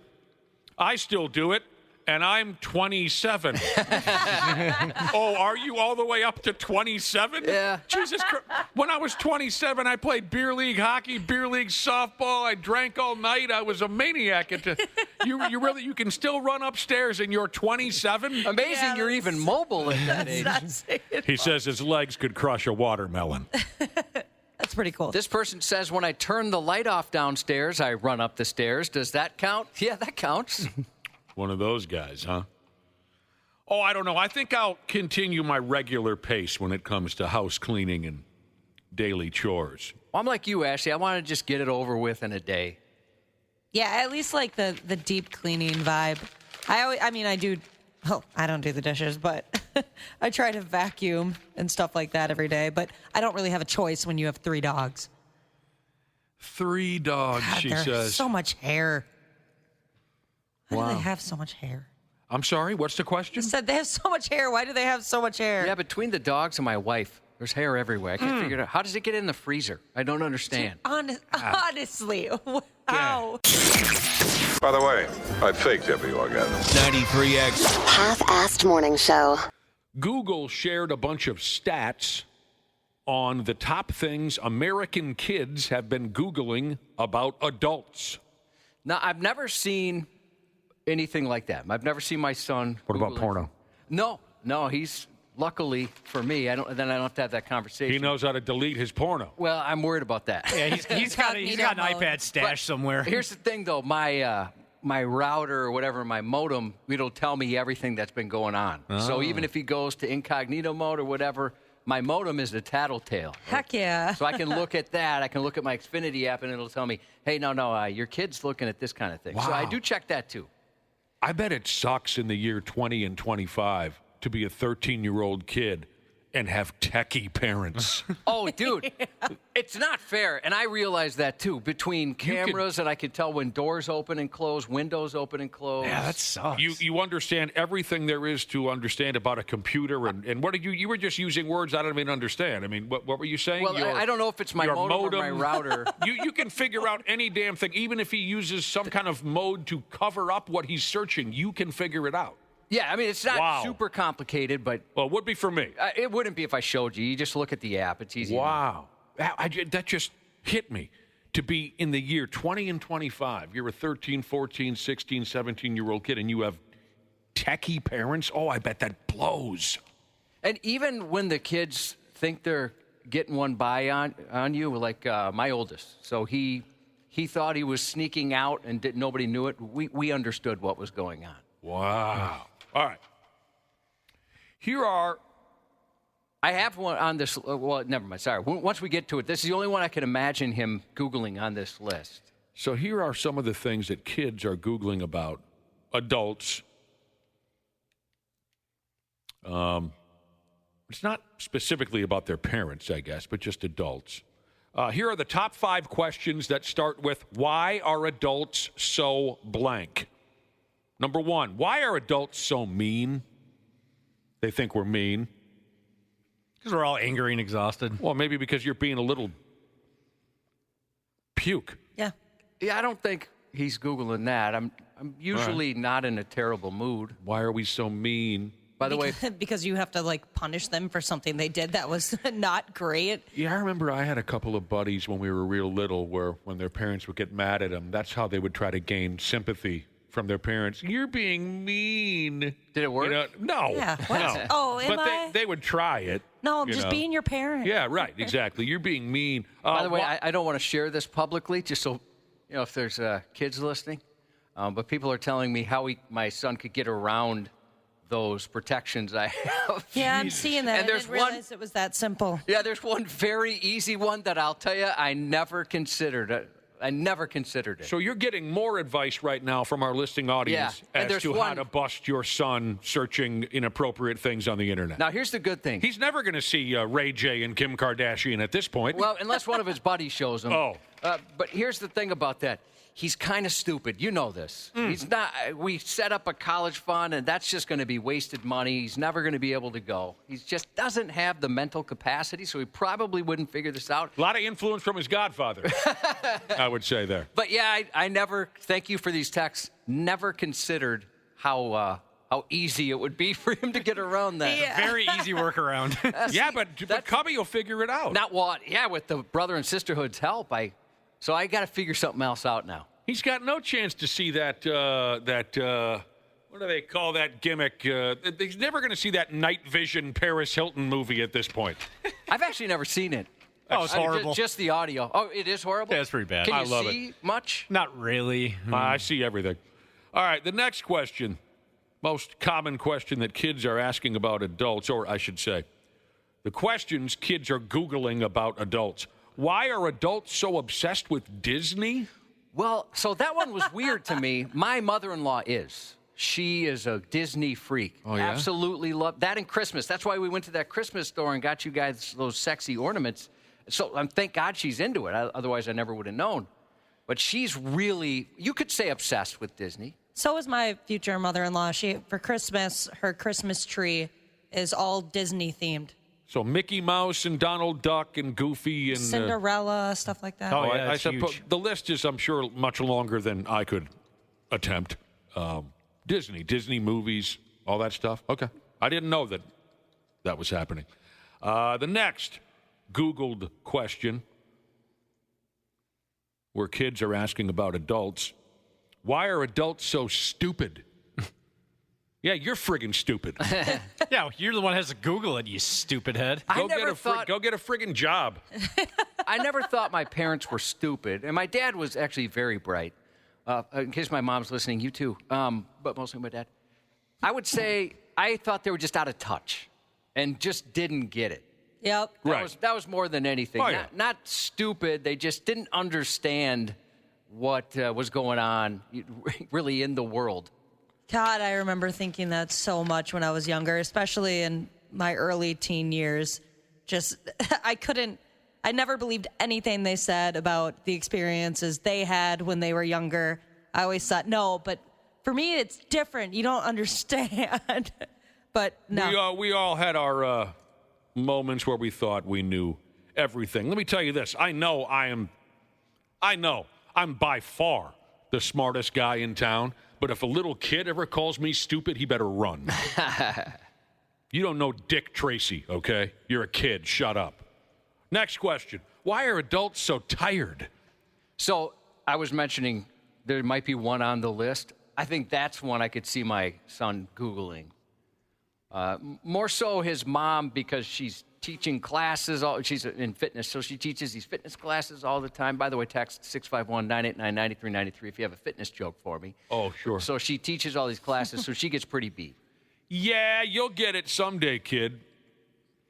Why are adults so tired? Because we have jobs. Why are adults so condescending to kids? How about because you're 11 and you don't know what you're talking about? Yeah, why are you using that word? Yeah. Yeah, who taught you the word condescending? And there were a lot of things I looked up on the internet when I was a kid, but none of these are any of them. No, absolutely not. Well, things have changed. The next set of questions, here are the top questions that start with, why are adults always blank? We had, why are adults so blank?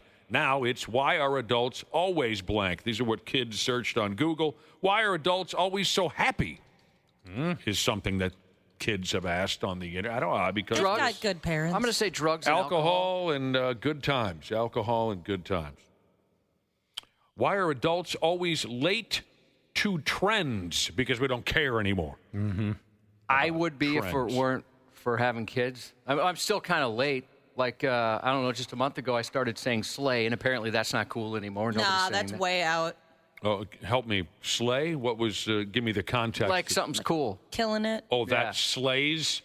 That sweat ensemble that you're wearing, Josh, that totally slays? Yeah, I don't know if I've never heard it plural. Oh. I've just heard slay. I'd say how Nick put it is correct. Oh.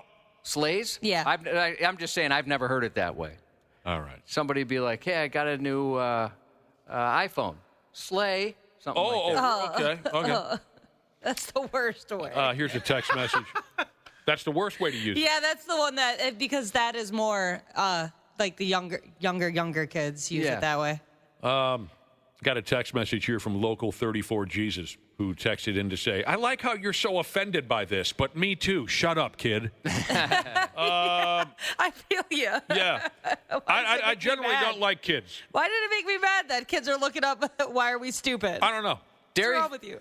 Dairy farming, sheep metal, banging your mom, Jesus said. He always tells his kids, adults aren't necessarily smart, but we've been around longer, so we've seen more, and they seem to understand that. I kind of throw that out, too. I wouldn't say I'm smart, but I just have more experience in certain things. Kids also Googled, why are adults always tired? Okay, we covered that. Why are adults always busy? Because we're paying for your sports. Right. We got stuff to do. And why are adults always so unreasonable?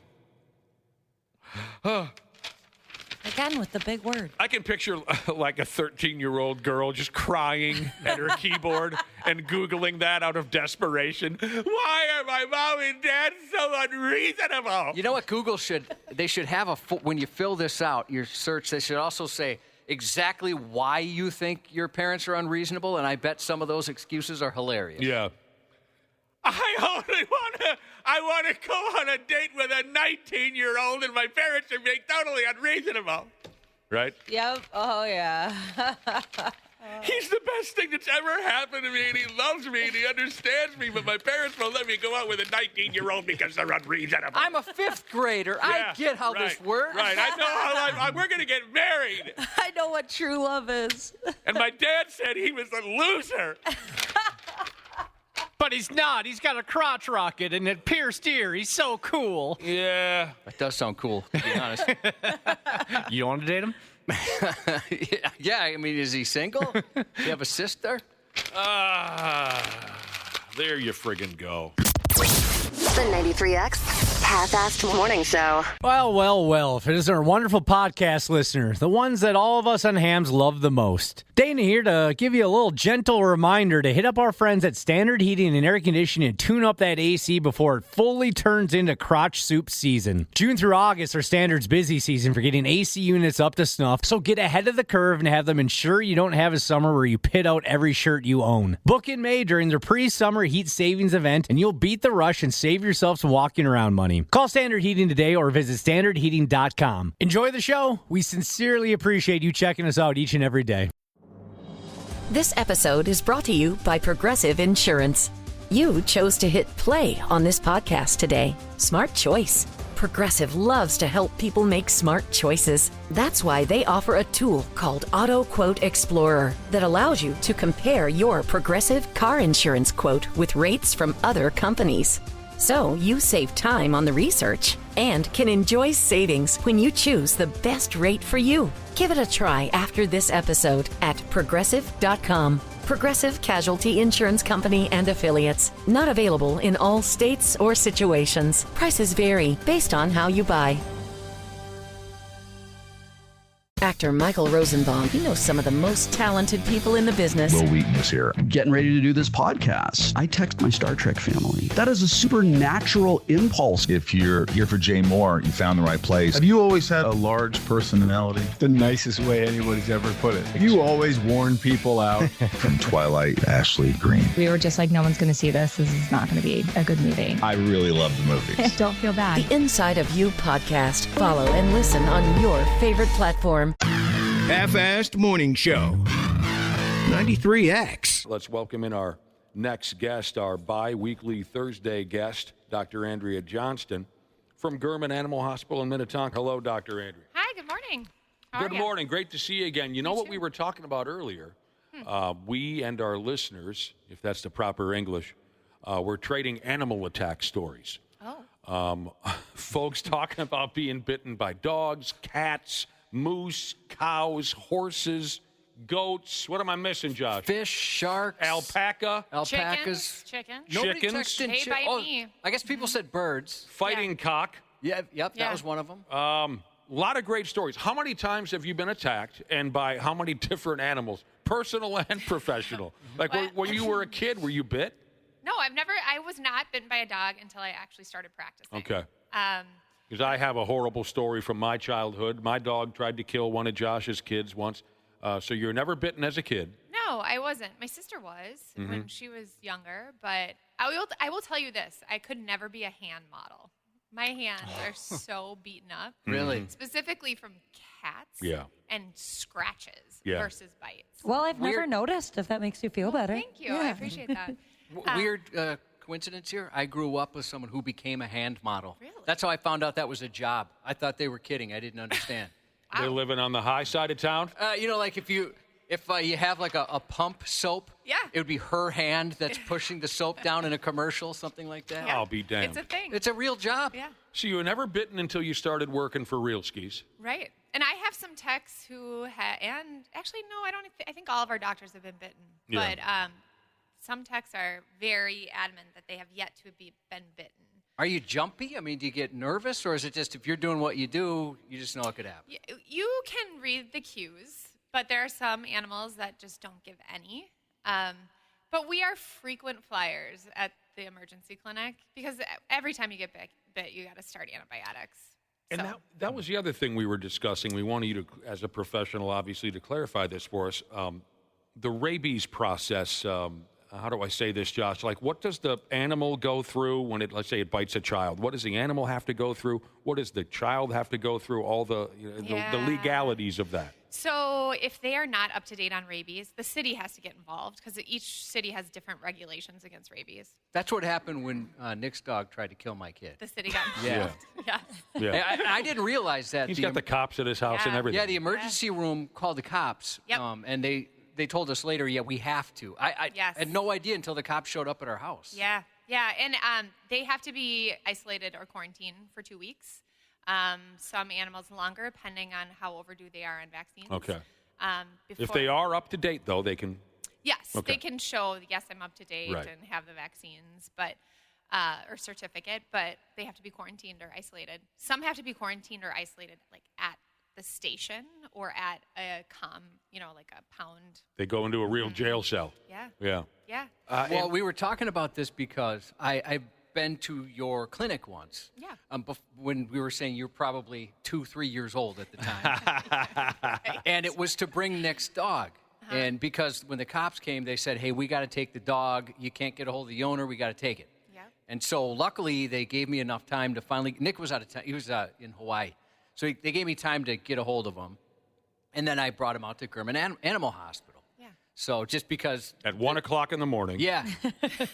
Yeah. And I was saying the vet didn't seem excited to be there at that time, but it was very kind of him to show up and meet me and take the dog. He had known the dog for a long time. And I know, Nick, you were friends with that family. Known him my whole life. Yeah. But so luckily they didn't take the dog, but the cops said, we're going to have to do it if you can't get a hold of him. I caught a lot of lucky breaks in that situation. Josh and his wife were so understanding. It was a total nightmare. So, and one more question on the topic, and then we can move on to some questions from our listeners. The process that the bite victim has to go through if that dog is not up to date, I've always heard it's just a terrible thing. Well, so it's different than like a wild animal. Okay. I had a girlfriend who was walking her kids around the lake, and she looked down, and a bat was in between her kids on the stroller and hissed at her, and she swatted it. And her kids had to go through like the rabies prophylactic shots. Yeah. Like the 3 series at like 3 months of age. So wild animals are a little different. If the dog has been vaccinated, the person is fine. If they're not, each city or state has different regulations. Okay. Yeah. Okay. Yeah, my kid had to go through the shots. Yeah. So Jesus. probably And she was 4 at the time. Yeah. probably overdue on the rabies vaccine. That's why. Yeah. Okay. I'll be damned. All right, Dr. Andrea. Many people text in when you join this here radio show with questions about their dogs and cats. Here's one right here. Is it about that time of year for flea and tick medication for my dog and my outdoor cat?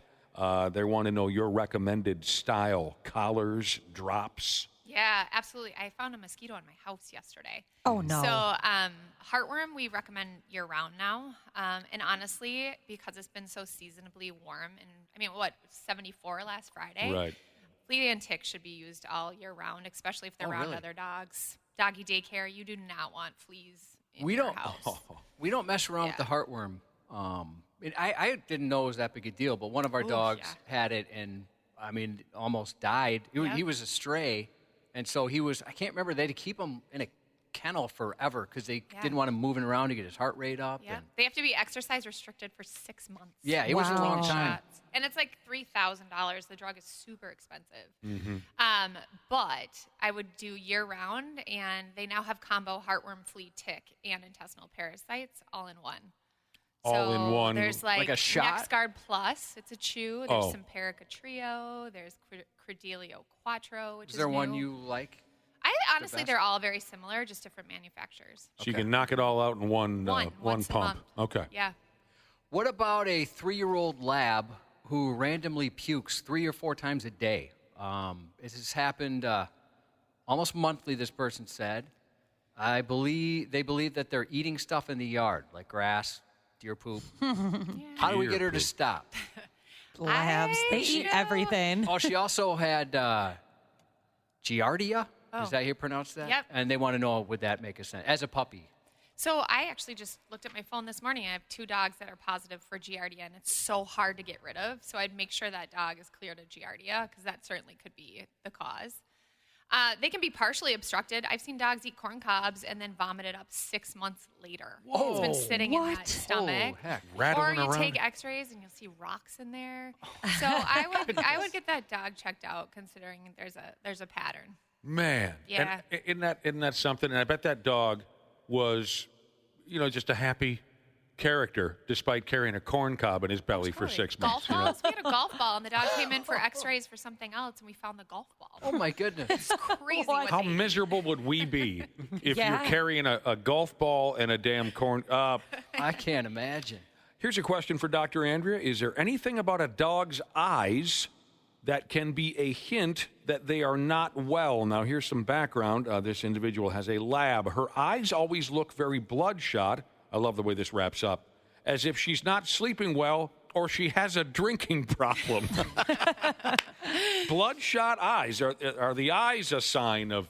Yeah, there's a lot of eye things they can get, just like people. They can get allergies. They can have pink eye. They can get conjunctivitis.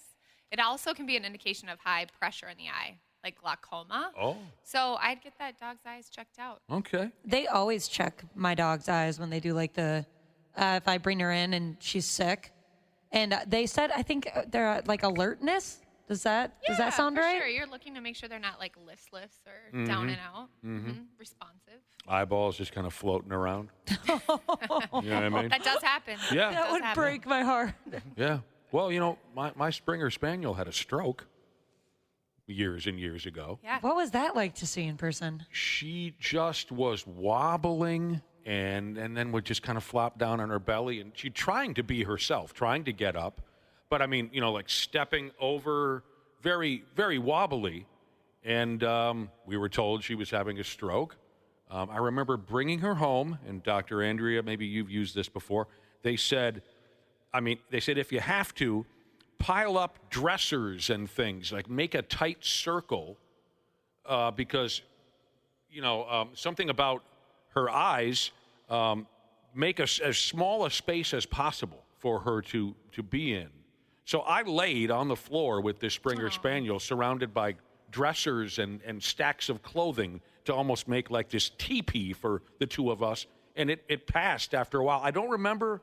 It was a long time ago. I don't remember if any medication or a shot or something, but she had a stroke, and her eyes were just swimming around in her head. It was strange to see. It's usually, we call it old dog vestibular disease, where their balance system gets off, kind of like vertigo for people. Yeah. And their eyes, it's called nystagmus, so they go back and forth or up and down. Yeah, it was weird. Yeah, that they usually resolve. Yeah, it did. Yeah, and usually we give them like Dramamine to help them through it. It was a long Picture time like ago. one of those googly-eyed dolls you could get. I know. That's what I pictured. It was scary. I mean, I thought she was going to die right there on the spot. We walked in the house, and she was just, it was like a drunk coming at you, This is from I Want a Bronco Jesus. How serious is an irregular heartbeat in a dog? My vet told me my dog could drop dead at any time. I mean, just like people, right? If there's like ventricular tachycardia, if there's AFib, like a lot of old people get, I'd get that checked out because there are medications to help with arrhythmias. And they actually wear something called a Holter monitor where you put leads on them, like EKG leads, and they wear like a jacket for 24 hours, and they can monitor how often they're having that arrhythmia. Sure. That's kind of adorable. Sure. It is cute. Is it true, Dr. Andrea, that male cats are usually the more in need of attention from their owners and females are more apt to want to be alone? And why? I wouldn't say there's a breed predisposition to that. I mean, I had a nasty cat yesterday. It was a male, did not want to be touched. So No. I think it's just the personality of the cat. Mm-hmm. Depends on the kitty. What about feeding organ meat to animals? This is from Red Butcher Jesus, who said he's had a lot of customers ask for organs like pancreas to feed their pets. Yeah. The kibbles. No, just dog food, just regular Dog kibble. food. Well, and he goes on to say that some people are saying, like, for example, the pancreas, that if they feed it to their pet, it can restore those organs.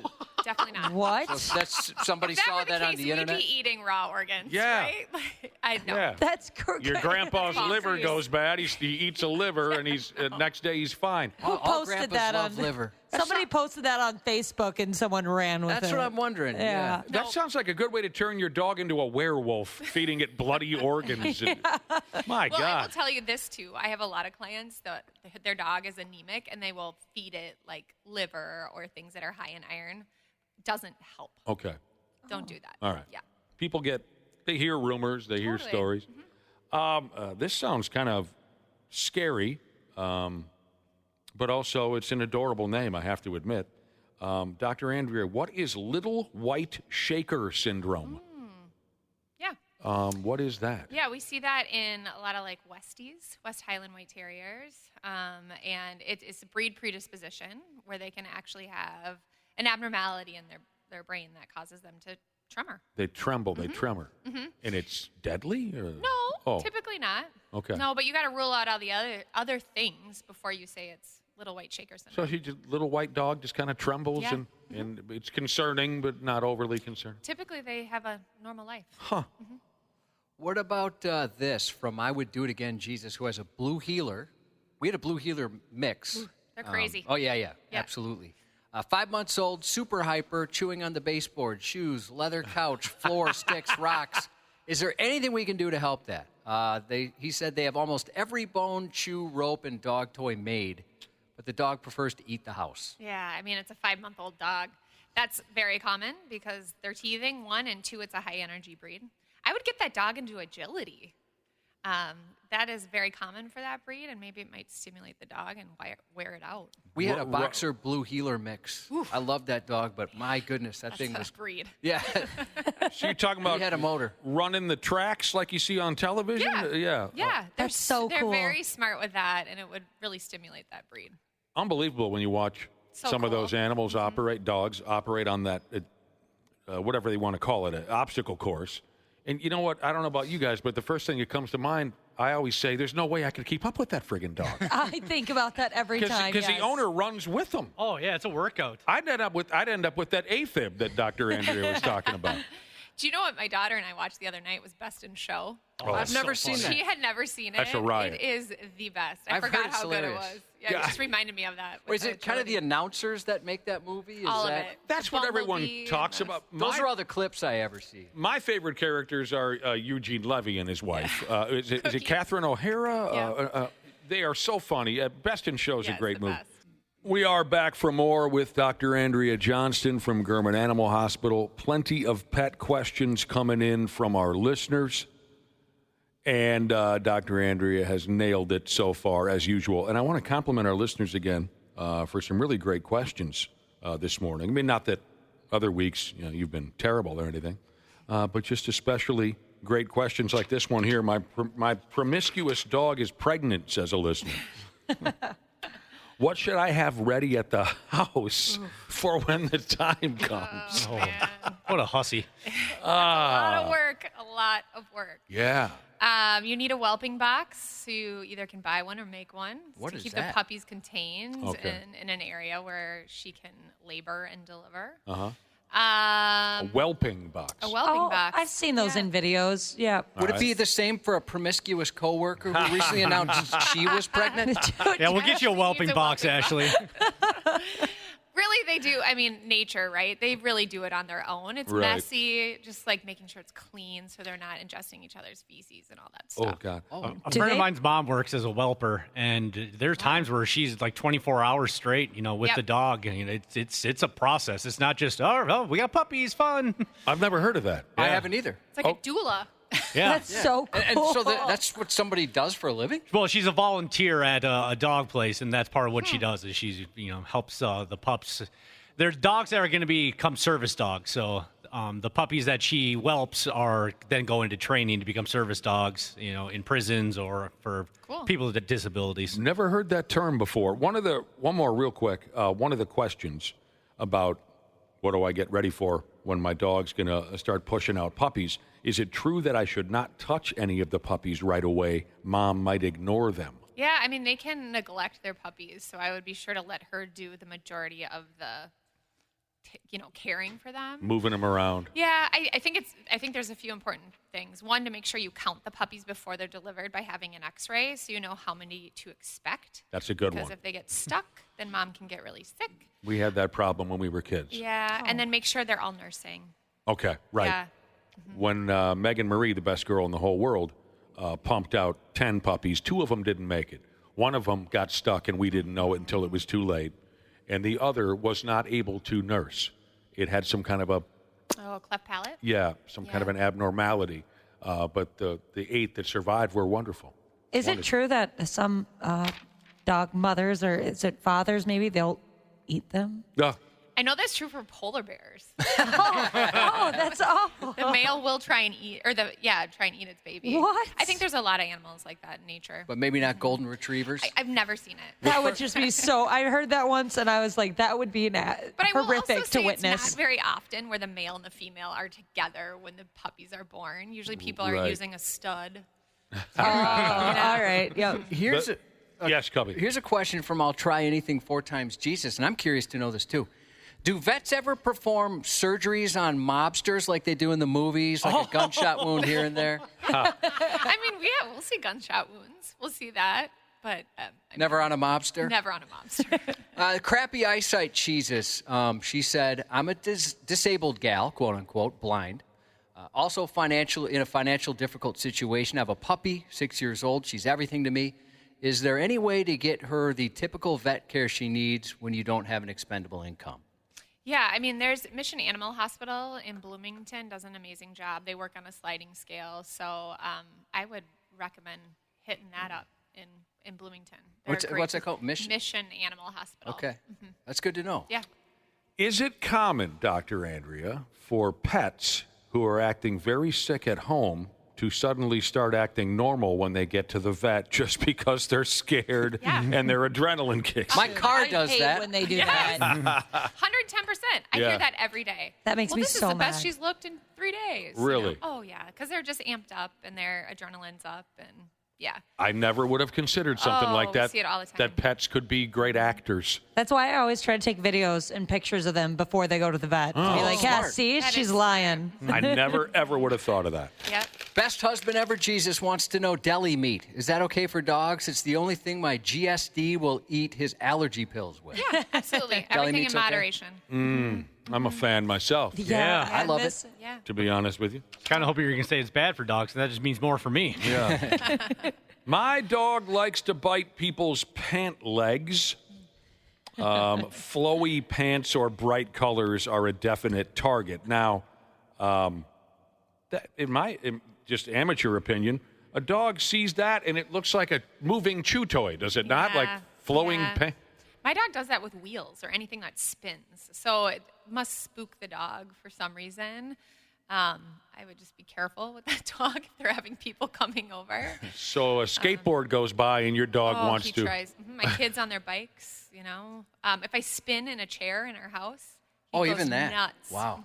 Man, that dog's going to lose some teeth or something at one point. But he tries to attack the chair just like the dog's probably attacking the pants. Sure. Behavioral thing. I that's like old school, right? That's like what you saw on television when you were a kid. A dog hanging from someone's pant leg, you know, and you try to shake him loose. Purple Belt Jesus wants to know 3-month-old Belgian Malinois puppy who's had diarrhea over 2 weeks. He's been on medicine. Scared to change food again. Any suggestions or good gut food you recommend? Well, 2 things. It's a young dog, so I make sure it doesn't have parasites like Giardia. And then 2, you could do a bland diet. There's prescription bland diets. EN, that's a Hills Purina, Purina EN, Hills ID. There's a variety of different foods you could get. Okay. Yeah. Dr. Andrea, you've done a great job this morning as usual. One more quick question. Yeah. Your opinion on, here's a couple that are looking at a Chihuahua Beagle mix. We're wondering your thoughts on this mixed breed. Wow, that's an interesting one. Yeah. I'm sure it's really cute. I bet it'll be noisy. Big personality and very vocal is what I would say. Oh, man. And will want to eat. With Chihuahuas, my experience has been they are either the sweetest thing in the world or just the straight devil. Yeah, land shark. We call them land shark. There's no in between for those things. Wouldn't you say the same thing about beagles, sort of? I mean, Beagles are just, they live forever, which is amazing. Yeah. But they are obsessed with food and very vocal. A buddy of mine's got one. He had 2, I think. No, wait a minute. He's had 2 separate beagles over the last 25 years or whatever. And I swear to God, I used to live 6-8 blocks away from him. I could hear that damn dog. Believe it. I could over traffic. I could hear that damn dog. Yeah, they're loud. They like to let you know that they are in the mix. Do you see many Chihuahuas? Oh, yes. Do you really? Oh, all the time. I never see them. Yeah, we see them all the time. Like at dog parks or just walking around, I don't see them very often. They come to the clinic a lot for Do nail they? trims. I like them. Oh, because they I won't think let their owner trim their nails. Oh. Because of Taco Bell? Is that why? I love the Taco Bell Chihuahua. You like the gimmick? Yeah. I just I don't know. A lot of folks don't like the tiny little Chihuahuas. I want to be bros with them. I've been seeing a lot of pugs. Oh, yeah. I see pugs or a lot. puggles, beagles and a pug. Oh, it's so cute. Oh, I don't know if I would recognize. Did they look like They a do. They pug? just have a longer nose. Okay. But they look like a pug. Man, Mhm. there's a lot of different. Sounds like fun to me. Dr. Andrea, thanks again. Thank you. Have a wonderful day. We'll see you in a Thanks. couple weeks. Sounds good. Yeah, thanks again for all the questions. Apologies for the ones we couldn't get to. I mean, this really, it gets kind of crazy, all the texts that come in for you, Dr. Andrea. So thank you for those that sent it in. And once again, sorry if we didn't get to yours. Maybe next time. I've only been to German Animal Hospital once. Is that when my dog tried to kill your kid? Yeah. That's it. That time. At the time, Dr. Andrea was probably 7 or younger. That was forever ago. A long time ago. You were married still to your first wife at that point, if I remember right. No, I was not. Weren't you in Hawaii with her? You were in Hawaii. I was married to my first wife. I was in Maui, but not with my wife. I was there with another woman. Oh, maybe that's what ended your relationship. I remember you were married. It was kind of on its way out at the time, yeah. And so I drove out there at like 1 in the morning, and the gentleman that owned it at the time met me there, which was very cool. I know the guy. Nice guy. Yeah, very nice guy. He looked exhausted. Didn't look excited to be there, but but he showed up because He didn't look excited. No. He didn't look too happy. We humid? didn't have the greatest meeting. I could tell he wanted to get this wrapped up real quick. But, yeah, my kid, she gets her face ripped off by your dog at the time, which was, we had pet sit your dog many, many times. The kids loved the dog. We'd never had any issue. And for whatever reason, she moved the wrong way, and he bit her face off. And he's not kidding. I mean, this dog. It was bad. This dog attempted to eat all of the flesh off of her face. And I was, at the time when it happened, I was actually at Arthur's buying my wife's engagement ring. And so I see she calls, and so I send it to voicemail, thinking, well, I can't answer. I have a guilty conscience. She's going to say, you're not buying an engagement ring, are you? And then I give it up. Right. And then she called again, and I sent it to voicemail. I'm like, wow, she's really persistent. And then eventually on the third time she calls, she explains what happened. And I'm like, oh, my gosh, so we go. She had to go to the emergency room and get stitches and then go through a series of rabies shots. And I had trouble getting a hold of you because of the time difference. And my telephone didn't work all that well in the middle of stinking Maui. Yeah, so it was tough. And I was almost in a panic because the emergency room called the cops. And they said, we have to report this. So the cops show up at our house later, and we still had the dog. Right. And they're like, hey, who's the owner? And I said, well, it's my buddy. He's out of town. I'm trying to get a hold of him. And they're like, hey, if you can't get a hold of him, we got to take him. And if we have to test this dog for rabies. So I'm like, he doesn't have rabies. I'm trying to explain to him. And they're like, we can't take this chance. Mm-hmm. So they're going to cut the dog's head off or whatever they're going to do. And they have to cut the dog's head off. Finally, I get a hold of you. And you they have to cut one of your fingers off. Yeah. It's a big process. It was a whole nightmare. You got a hold of me. And then you were lucky enough to get a hold of your vet, and that's how we met. It was like I said, it was like 1 a.m. And I appreciate the cops giving us some extra time because they wanted to take the dog right away. It was a horror show.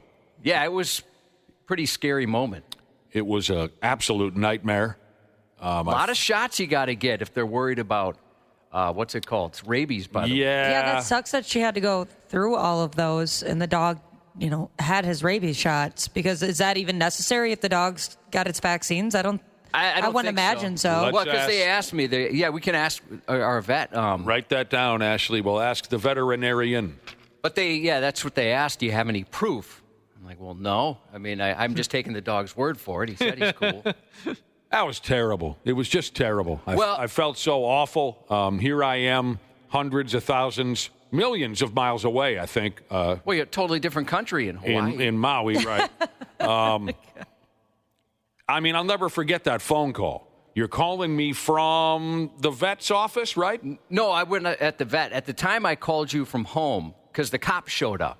Yeah. And I didn't realize the cops had been called. They said, hey, the hospital called us. And the damn dog is barking his balls off at the cops, and you're trying to tell the dog to shut up, and you're trying to explain to me what happened. Hospital, blood everywhere. The phone is breaking up. I'm thinking, oh, my damn. And I just felt terrible because, that dog had a taste for children from the day he was born. And so I was always worried when I left that dog with you guys because even though I know you were very careful, I always knew there was a chance that he might get squirrely. And I just wish I would have had a better option, meaning of someone to watch over that dog without children. But you guys were, you really enjoyed having the dog at the house because loved having 99 times out of 100 he behaved, but I always worried about that one time, and then it friggin' happened. And I'm so far away, I can do nothing to help you and your wife. You barely spoke the language. You're trying to explain to people around you in Maui what was going on. Exactly. And, I was worried about one particular thing, and that was your wife's reaction. Well, so you weren't married yet. You were in the process. No, we were close. Like you said, you were buying her a ring. I didn't know her very well yet. I wasn't nervous about how you would deal with it or whether or how or if I should say. I wasn't worried about how you were going to deal with this or if it would affect our relationship because we were pretty tight by that point, even all those years ago. But I did not know your wife, future wife, and I did not know how she would react to it. And I'll never forget, you were telling me what happened. I'm on the other end of the line all the way over in Maui, and your future wife kind of grabbed the phone and said, first things first, I want you to know that I am not upset about this. I mean, it sucks that our kid got her face torn right off the bone. But she said something along the lines of, you know, these things happen. Dogs bite kids. She said, when I was a kid, I got bit by a dog. And she said she put the blame on herself, which was ridiculous. But she said, you know what? I dropped my guard. You told us to be careful, and I dropped my guard for a minute, so it's kind of my fault. I'll never... I'll always be very appreciative of how understanding she was. She Good was for her. Unbelievably understanding. She's very laid back. Yeah. Very laid back on the topic. I don't know if I'd be so chill about it. Good for her. Well, she and has. and I love dogs, and I understand. Yeah, I'm but kinda maybe it surprised. helps that she's been bitten, because I don't know. I've never been bitten by a dog, so I think if I saw one come at my child, that dog would be on my radar. Well, here's the thing, Ashley. You know my kid. It was an improvement. When half her face was gone, she was half better looking than she used to be. And part of the reason why I was, really upset and concerned was I was bitten in the face by a dog as a kid. You can probably tell by looking at me, right? I was bitten hard in the face by a dog when I was a kid, and that was a very, very scary experience. I can't fathom that. Oh. How old was your stepdaughter? So this would have been 2002, something like that? Something like so. Well, she was maybe 3 or 4. Oh, she was just a baby. I was probably 5 when I had my friggin' lower lip pretty much torn off by a Springer Spaniel. And it scared the balls off of me. And I didn't trust any dogs for a good, I'd say week. You probably expected me to say a year or something. Yeah. But I was such a sucker for dogs. I was only mad at dogs for I was a 5-year-old. How long can you stay mad at dogs? Yeah, that can't last. But it truthfully did scare the hell out of me. I'll never forget being just so shocked because that dog just went whoop and just took it tried to tear the jaw right off of me like it was a chimpanzee or something. And I'll never forget just the shock and my mother scooping me up to take me to get my lip reattached. Well, what it did is it prompted us to get a dog pretty much right away just so she wouldn't be scared of him. Because that was our concern, too, right? She'd grow up terrified of dogs. That's really smart. That's one hell of a story about your first trip to Gurman Animal Hospital. Yeah, that's my one and only trip. 1 o'clock in the morning with a angry little, he wasn't angry at you because you weren't a child. My dog loved adults, hated children. You're at Gurman Animal Hospital with my little vicious dachshund and the police and the owner of the joint at 1 o'clock in the morning. Well, in the emergency room, doctor said it's always the little dogs. That when we treat kids with faces bitten off, it's usually the little dogs that do it. Here's a listener texted in and said, plenty of people get bit by dogs. I got bit by a horse. Oh, my God. Jesus. Nah, they have crazy strong teeth. Oh, man, that could have took your head right off. Yeah. Can you tell us more? Stories. Can you text us back? Oh, no. I'm sorry to hear that. Can you give us some more details on that dude who got bit by a horse? Aren't horses, aren't they capable of just, biting your finger off like they're just biting a carrot? I always thought it was super easy for them to just go chomp. Well, in South Park, they taught them how to bite off wieners. Sketchy. A horse will rip your lips off and kiss its ass with them. That's what a horse will do. So if you can get back to us, we'd love to hear more stories or more details on the story about being bit by a horse. I don't like horses. Ronan Engineer Jesus got bit by a dog in Canada, of all places. Stupid Canada, he says. Postal Jesus said he got bit in the face about a year ago on the job while he was working at the post office. Oh, no. Still scary as an adult. Why, there must be something to that. right? There's the old joke of dogs and mailmen, the rivalry they have. Right. It sure seems like some people that work in the post office have told stories before. Oh, my dogs absolutely hate the mailman, and that's just because it's a different vehicle on the street, and they are too close to the house. Now, our dog loves our mail. Everybody loves Craig, and he'll leave milk bones sometimes in the mailbox. Oh, see, That's the key. He's bribing them. We got a little game of one-upsmanship happening here on the Half-Assed Morning Show. Less Jesus than Jesus. My God, these get difficult, but we appreciate the creativity. He said, bit by a horse, huh? I got bit by a tiger. Dude. What? That's what he tells me. I don't know if he's playing games. How are you in that position? That wasn't a what, he's lying. That was a what, like, that's crazy. Yeah, freckles shouldn't smudge, Jesus says his dad is a veterinarian and once got kicked in the face by a horse. Oh, no. Do you wake up like speaking a different language or able to play a piano or something? Oh, my. Oh, no. CFH bass player Jesus got bit by a horse. Fly, he said. He got bit by a horse fly. I've heard that's very stingy. Yeah, those hurt really bad. A couple of folks in our listening audience have been bitten by snakes. A cow. Bitten by a cow. Oh, yeah. Big rude. Rig Fender's Jesus had a buddy bitten by a cow, and he had to get a bunch of stitches on his hand. I suppose they seem so calm, but I bet, with that big mouth and those big jaws, they can get you. Yeah, that seems so unlike. That's so rude. Maybe they're getting revenge for us eating them. Box tossing Jesus got bit by a bird. Yeah. That's ridiculous. Yeah, bit by a bird. I love it. Some dude in our listening audience got his nose bit off by a Saigon whore. I saw the movie on that. There was a documentary. This is great. This is fun. Everyone's sharing their stories of being, when animals attack, bit by a northern pike. Yeah, they're angry bastards. Oh. But I'm still waiting on this guy. I know he was a 218er, so they're a little slower up there. I want to find out more about being bit by a horse or a tiger. If you were serious about that friggin' tiger bite, I'd like to hear more about that. Well, I'll keep looking at the text. Reading all these text messages, Josh, I think you need to get your mom a mouth guard. Oh, no. Ashley. There are a few. It's a daily occurrence, A few people are saying your mother is a biter. And so many people text it. Now I'm kind of wondering if it's true because there's so many people who have had relations, they claim. You mentioned my wife and her love of dogs, and she just yesterday she threatened the sanctity of our marriage because one of our dogs destroyed a brand new door that we bought. He locked himself in the bathroom. Yeah. And, poor guy, he got freaked out and just absolutely, he ate the doorknob. He destroyed the door. And so I simply made a joke about, what would it be like if we just got rid of the dogs? And she said, and I said, what, maybe we're just a house that has 0 dogs. Oh.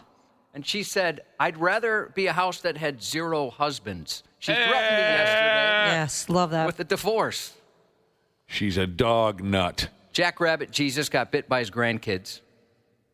All right. The gentleman up in the 218 skis who suffered a horse bite years ago, he's texted back with an explanation as to what happened. His first text was, plenty of people get bit by dogs. I got bit by a horse.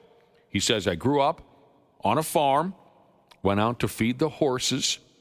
I got a little too close, and one of them bit me in the face. Oh. You could see the teeth marks every winter on my face for a few years. Something about the temperature drop or something. Oof. You could see the teeth mark. Dude, I bet that was frightening. When animals bite you, it's frightening. This person was once bitten, twice shy. My, that must have been terrible.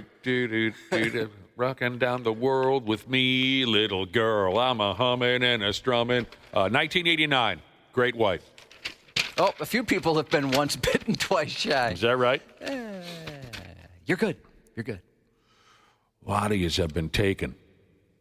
Birds, snakes, horses, cows, dogs, cats. Somebody said they got bit by a shark.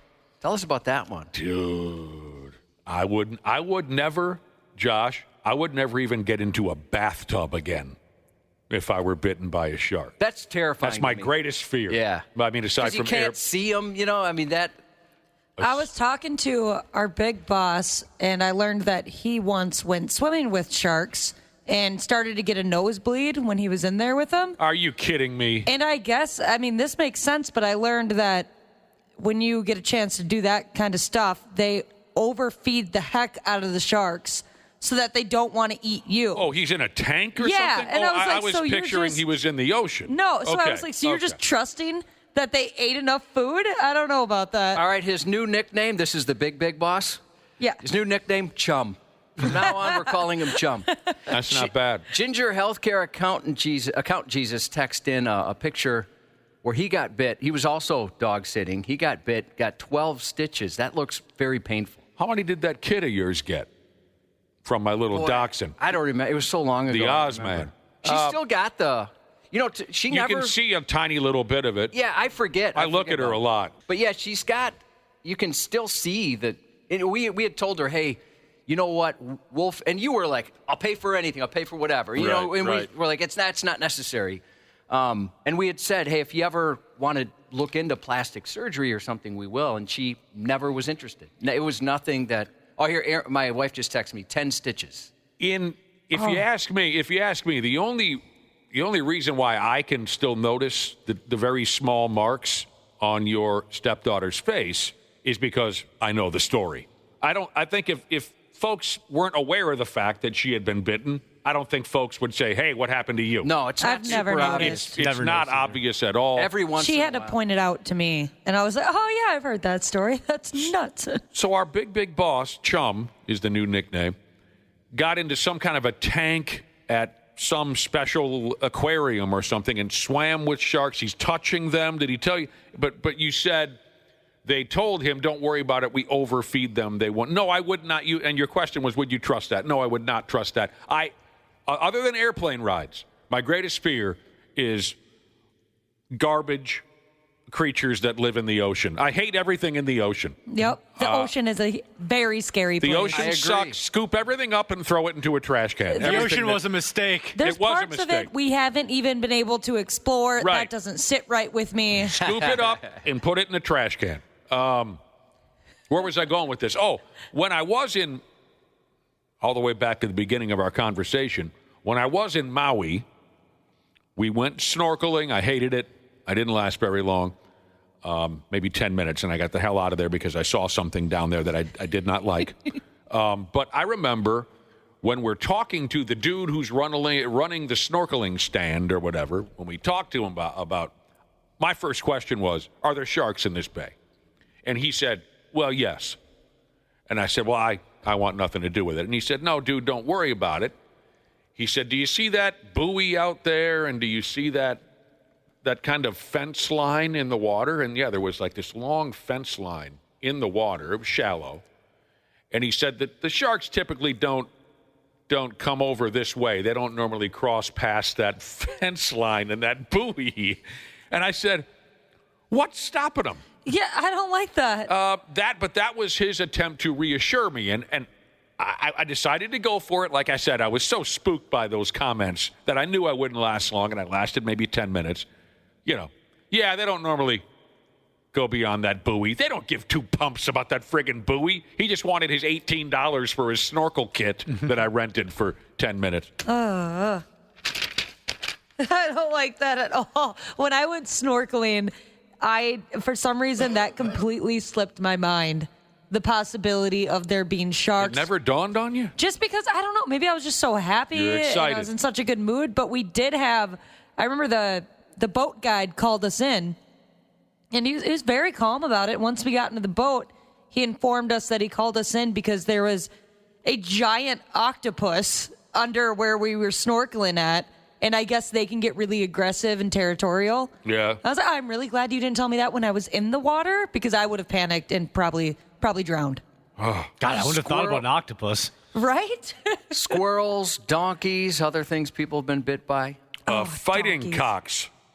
Oh, geez, that could kill you. Fighting cocks. Lunch Lady Jesus was bitten by one of those. 93X Half-Assed Morning Show. 93X. Well, if it isn't our wonderful podcast listener, the ones that all of us on hams love the most. Dana here to give you a little gentle reminder to hit up our friends at Standard Heating and Air Conditioning and tune up that AC before it fully turns into crotch soup season. June through August are Standard's busy season for getting AC units up to snuff, so get ahead of the curve and have them ensure you don't have a summer where you pit out every shirt you own. Book in May during their pre-summer heat savings event, and you'll beat the rush and save yourself some walking around money. Call Standard Heating today or visit standardheating.com. Enjoy the show. We sincerely appreciate you checking us out each and every day.